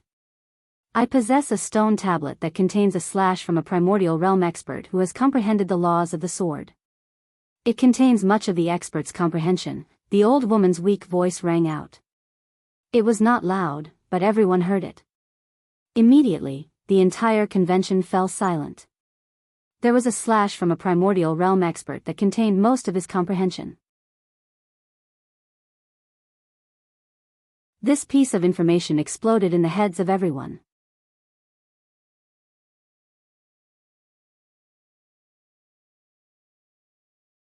Chapter 2006, Trading the God Artifact Armor. The appearance of the comprehension of the laws of the sword a primordial realm expert left behind had completely upset the natural procession of the convention. All the cultivators who still discussed their personal insights on cultivation in the first area stopped at that moment. They bid farewell to each other politely before immediately gathering in the direction of the old woman. Many of their eyes burned with desire, while some other people had their doubts. Even the god kings at the convention were drawn over by the comprehensions the primordial realm expert left behind. Excuse me. Do you really have the comprehension of the laws of the sword from a primordial realm expert? Chi Rua, you don't comprehend the laws of the sword. Why are you interested as well? The comprehension of laws from a primordial realm expert is just too valuable. Since I've come across it, I obviously can't miss it. Even if it doesn't help me, I can still use it to trade for what I want. Ma'am, do you really have the comprehension of the laws of the sword from a primordial realm expert? You're not using some comprehensions god kings left behind to mess with us, right? Surely the comprehensions are real, right? In the blink of an eye, the surroundings of the old woman had already become crowded. Many people wished to see it personally, while some people even directly doubted the old woman. Jian Shen stood in the crowd and witnessed what was happening before him. He could not help but furrow his brows. With so many people expressing interest in the comprehension of the laws of the sword from a primordial realm expert, it would not be easy for him to obtain it. He might miss out on it altogether. The old woman's face did not change as she listened to the various doubts of the people around her. She sat on the ground and took things easy. She picked up the stone tablet, and she said with an old and feeble voice, "This is what I was talking about." A primordial realm expert who comprehended the laws of the sword left behind this slash. It contained slivers of his comprehension. Everyone stared at the stone tablet. It was not large, only a foot wide and 2 feet tall. Indeed, there was a slash on it. Everyone could not help but send the senses of their souls in there. In just a short while, their faces changed suddenly. What a powerful sword intent. That's right, it is indeed from a primordial realm expert. It can't be wrong. Senior, what do you want for the stone tablet? Everyone cried out. No wonder doubted whether the stone tablet was the real thing or not anymore.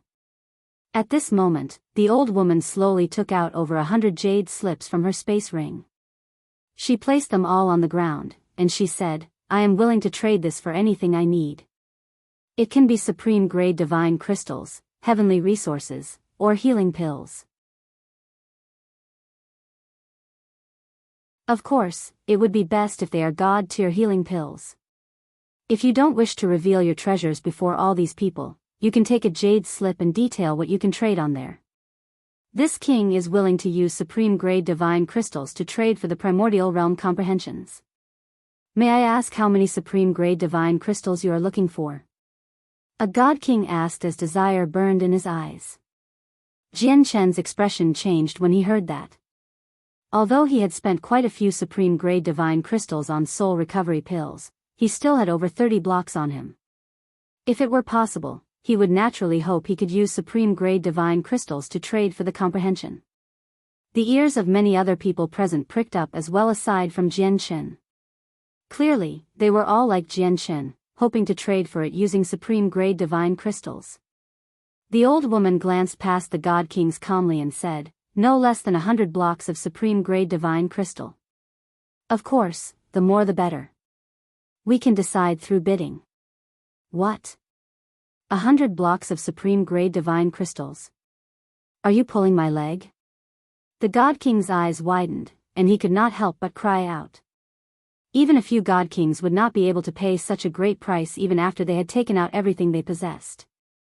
Jian Chen also gasped. The supreme grade divine crystals he had obtained from Yashi Lian were far greater than the wealth of many god kings, but there was not even 100 blocks of supreme grade divine crystal. "I have a supreme grade defensive treasure and a supreme grade offensive treasure. Are you willing to trade?" Another god king said. "I'll trade if they're god artifacts," said the old woman. The god king's eyes widened, and he left with a sneer.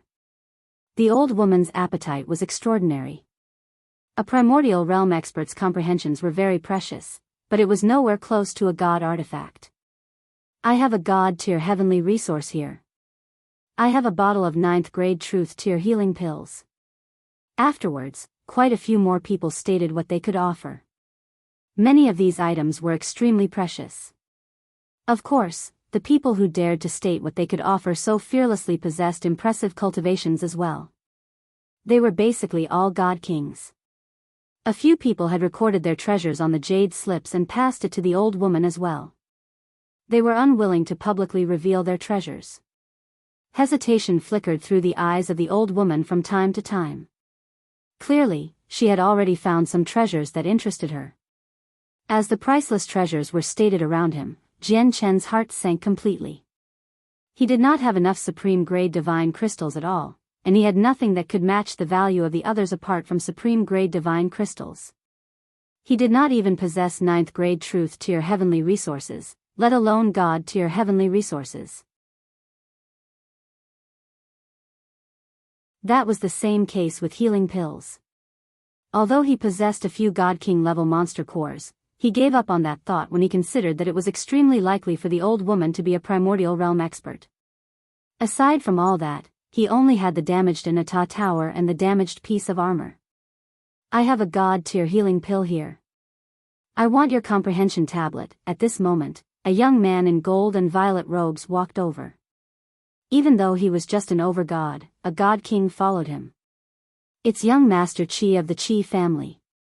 The Qi family is a large clan in the Blood Sun Empire of the Cloud Plain. It's said that they have several primordial realm experts. Quite a number of discussions immediately sprang up in the surroundings with the appearance of the young man. Their gazes at him were all filled with some angst. The old woman's eyes also lit up when she heard about the god-tier healing pill. She was heavily injured and in desperate need of god-tier healing pills. Senior, I have a defensive god artifact. I want to trade it for your comprehension tablet. Just when the old woman was about to make up her mind, Jian Chen's voice rang out. To no surprise, he held the damaged armor in his hand. Even though the mysterious liquid from the ancestor of the Mo family had repaired the god artifact, only the surface was fixed. In reality, the engravings and powers inside were completely damaged. Repairing it was extremely difficult. Jian Chen had taken out the god artifact because he was out of choices. He did not want to miss out on the comprehension of the laws of the sword a primordial realm expert left behind. Moreover, he knew that it was impossible for him to pay the price required to completely repair the god artifact. In addition, the assistance that the god artifact provided him was diminishing. Although he could avoid piercing attacks when he wore it, the great force would still pass through to his body completely. It would still make him injured, so he was naturally willing to give up on it at such a crucial time. The people in the surroundings were stunned when they heard him mention defensive god artifact. However, when they looked at it, they were all disappointed. Clearly, they could tell that the god artifact was damaged, so its value was greatly decreased. The old woman looked over as well. Pity appeared on her face, and she shook her head while sighing gently. If your defensive god artifact was in perfect condition, I'd be willing to trade with it. It's just a pity. However, when she reached there, the old woman suddenly paused. Her dull eyes immediately lit up as she stared at the god artifact. She studied every inch of it carefully, and her emotions gradually became mixed. She became slightly absent-minded. Only a while later did the old woman return to her senses. She sucked in a deep breath, and she looked at Jian Chen with her old eyes. She asked, "Little brother, may I ask where you obtained this defensive god artifact?" "I obtained it after I killed an enemy," Jian Chen responded. At the same time, he secretly tightened his guard. From how the old woman had reacted when she saw the god artifact, she seemed to recognize it. The old woman nodded slowly. She said nothing as her gaze became rather mixed. She also seemed to think back to the past. Afterwards, she looked at the young master of the Qi family and began to hesitate. But in the end, the old woman passed the tablet to Jian Chen. She said, "I'll trade with you." After the successful trade, Jian Chen had managed to obtain the stone tablet with the primordial realm comprehensions of the laws of the sword just as he had wished. However, he did not feel happy at all. This was because he knew that the damaged god artifact he had taken out was worth far more than the stone tablet. It was just that he urgently needed to increase his strength, eagerly hoping he could reach the next level with his comprehension of the laws of the sword and formally become a god king. As a result, he could only trade the damaged god artifact away. Jian Chen sighed inside. He ignored the envious gazes in the surroundings and stowed the stone tablet away in his space ring with a flip of his hand. At this moment, the young master of the Qi family arrived before Jian Chen.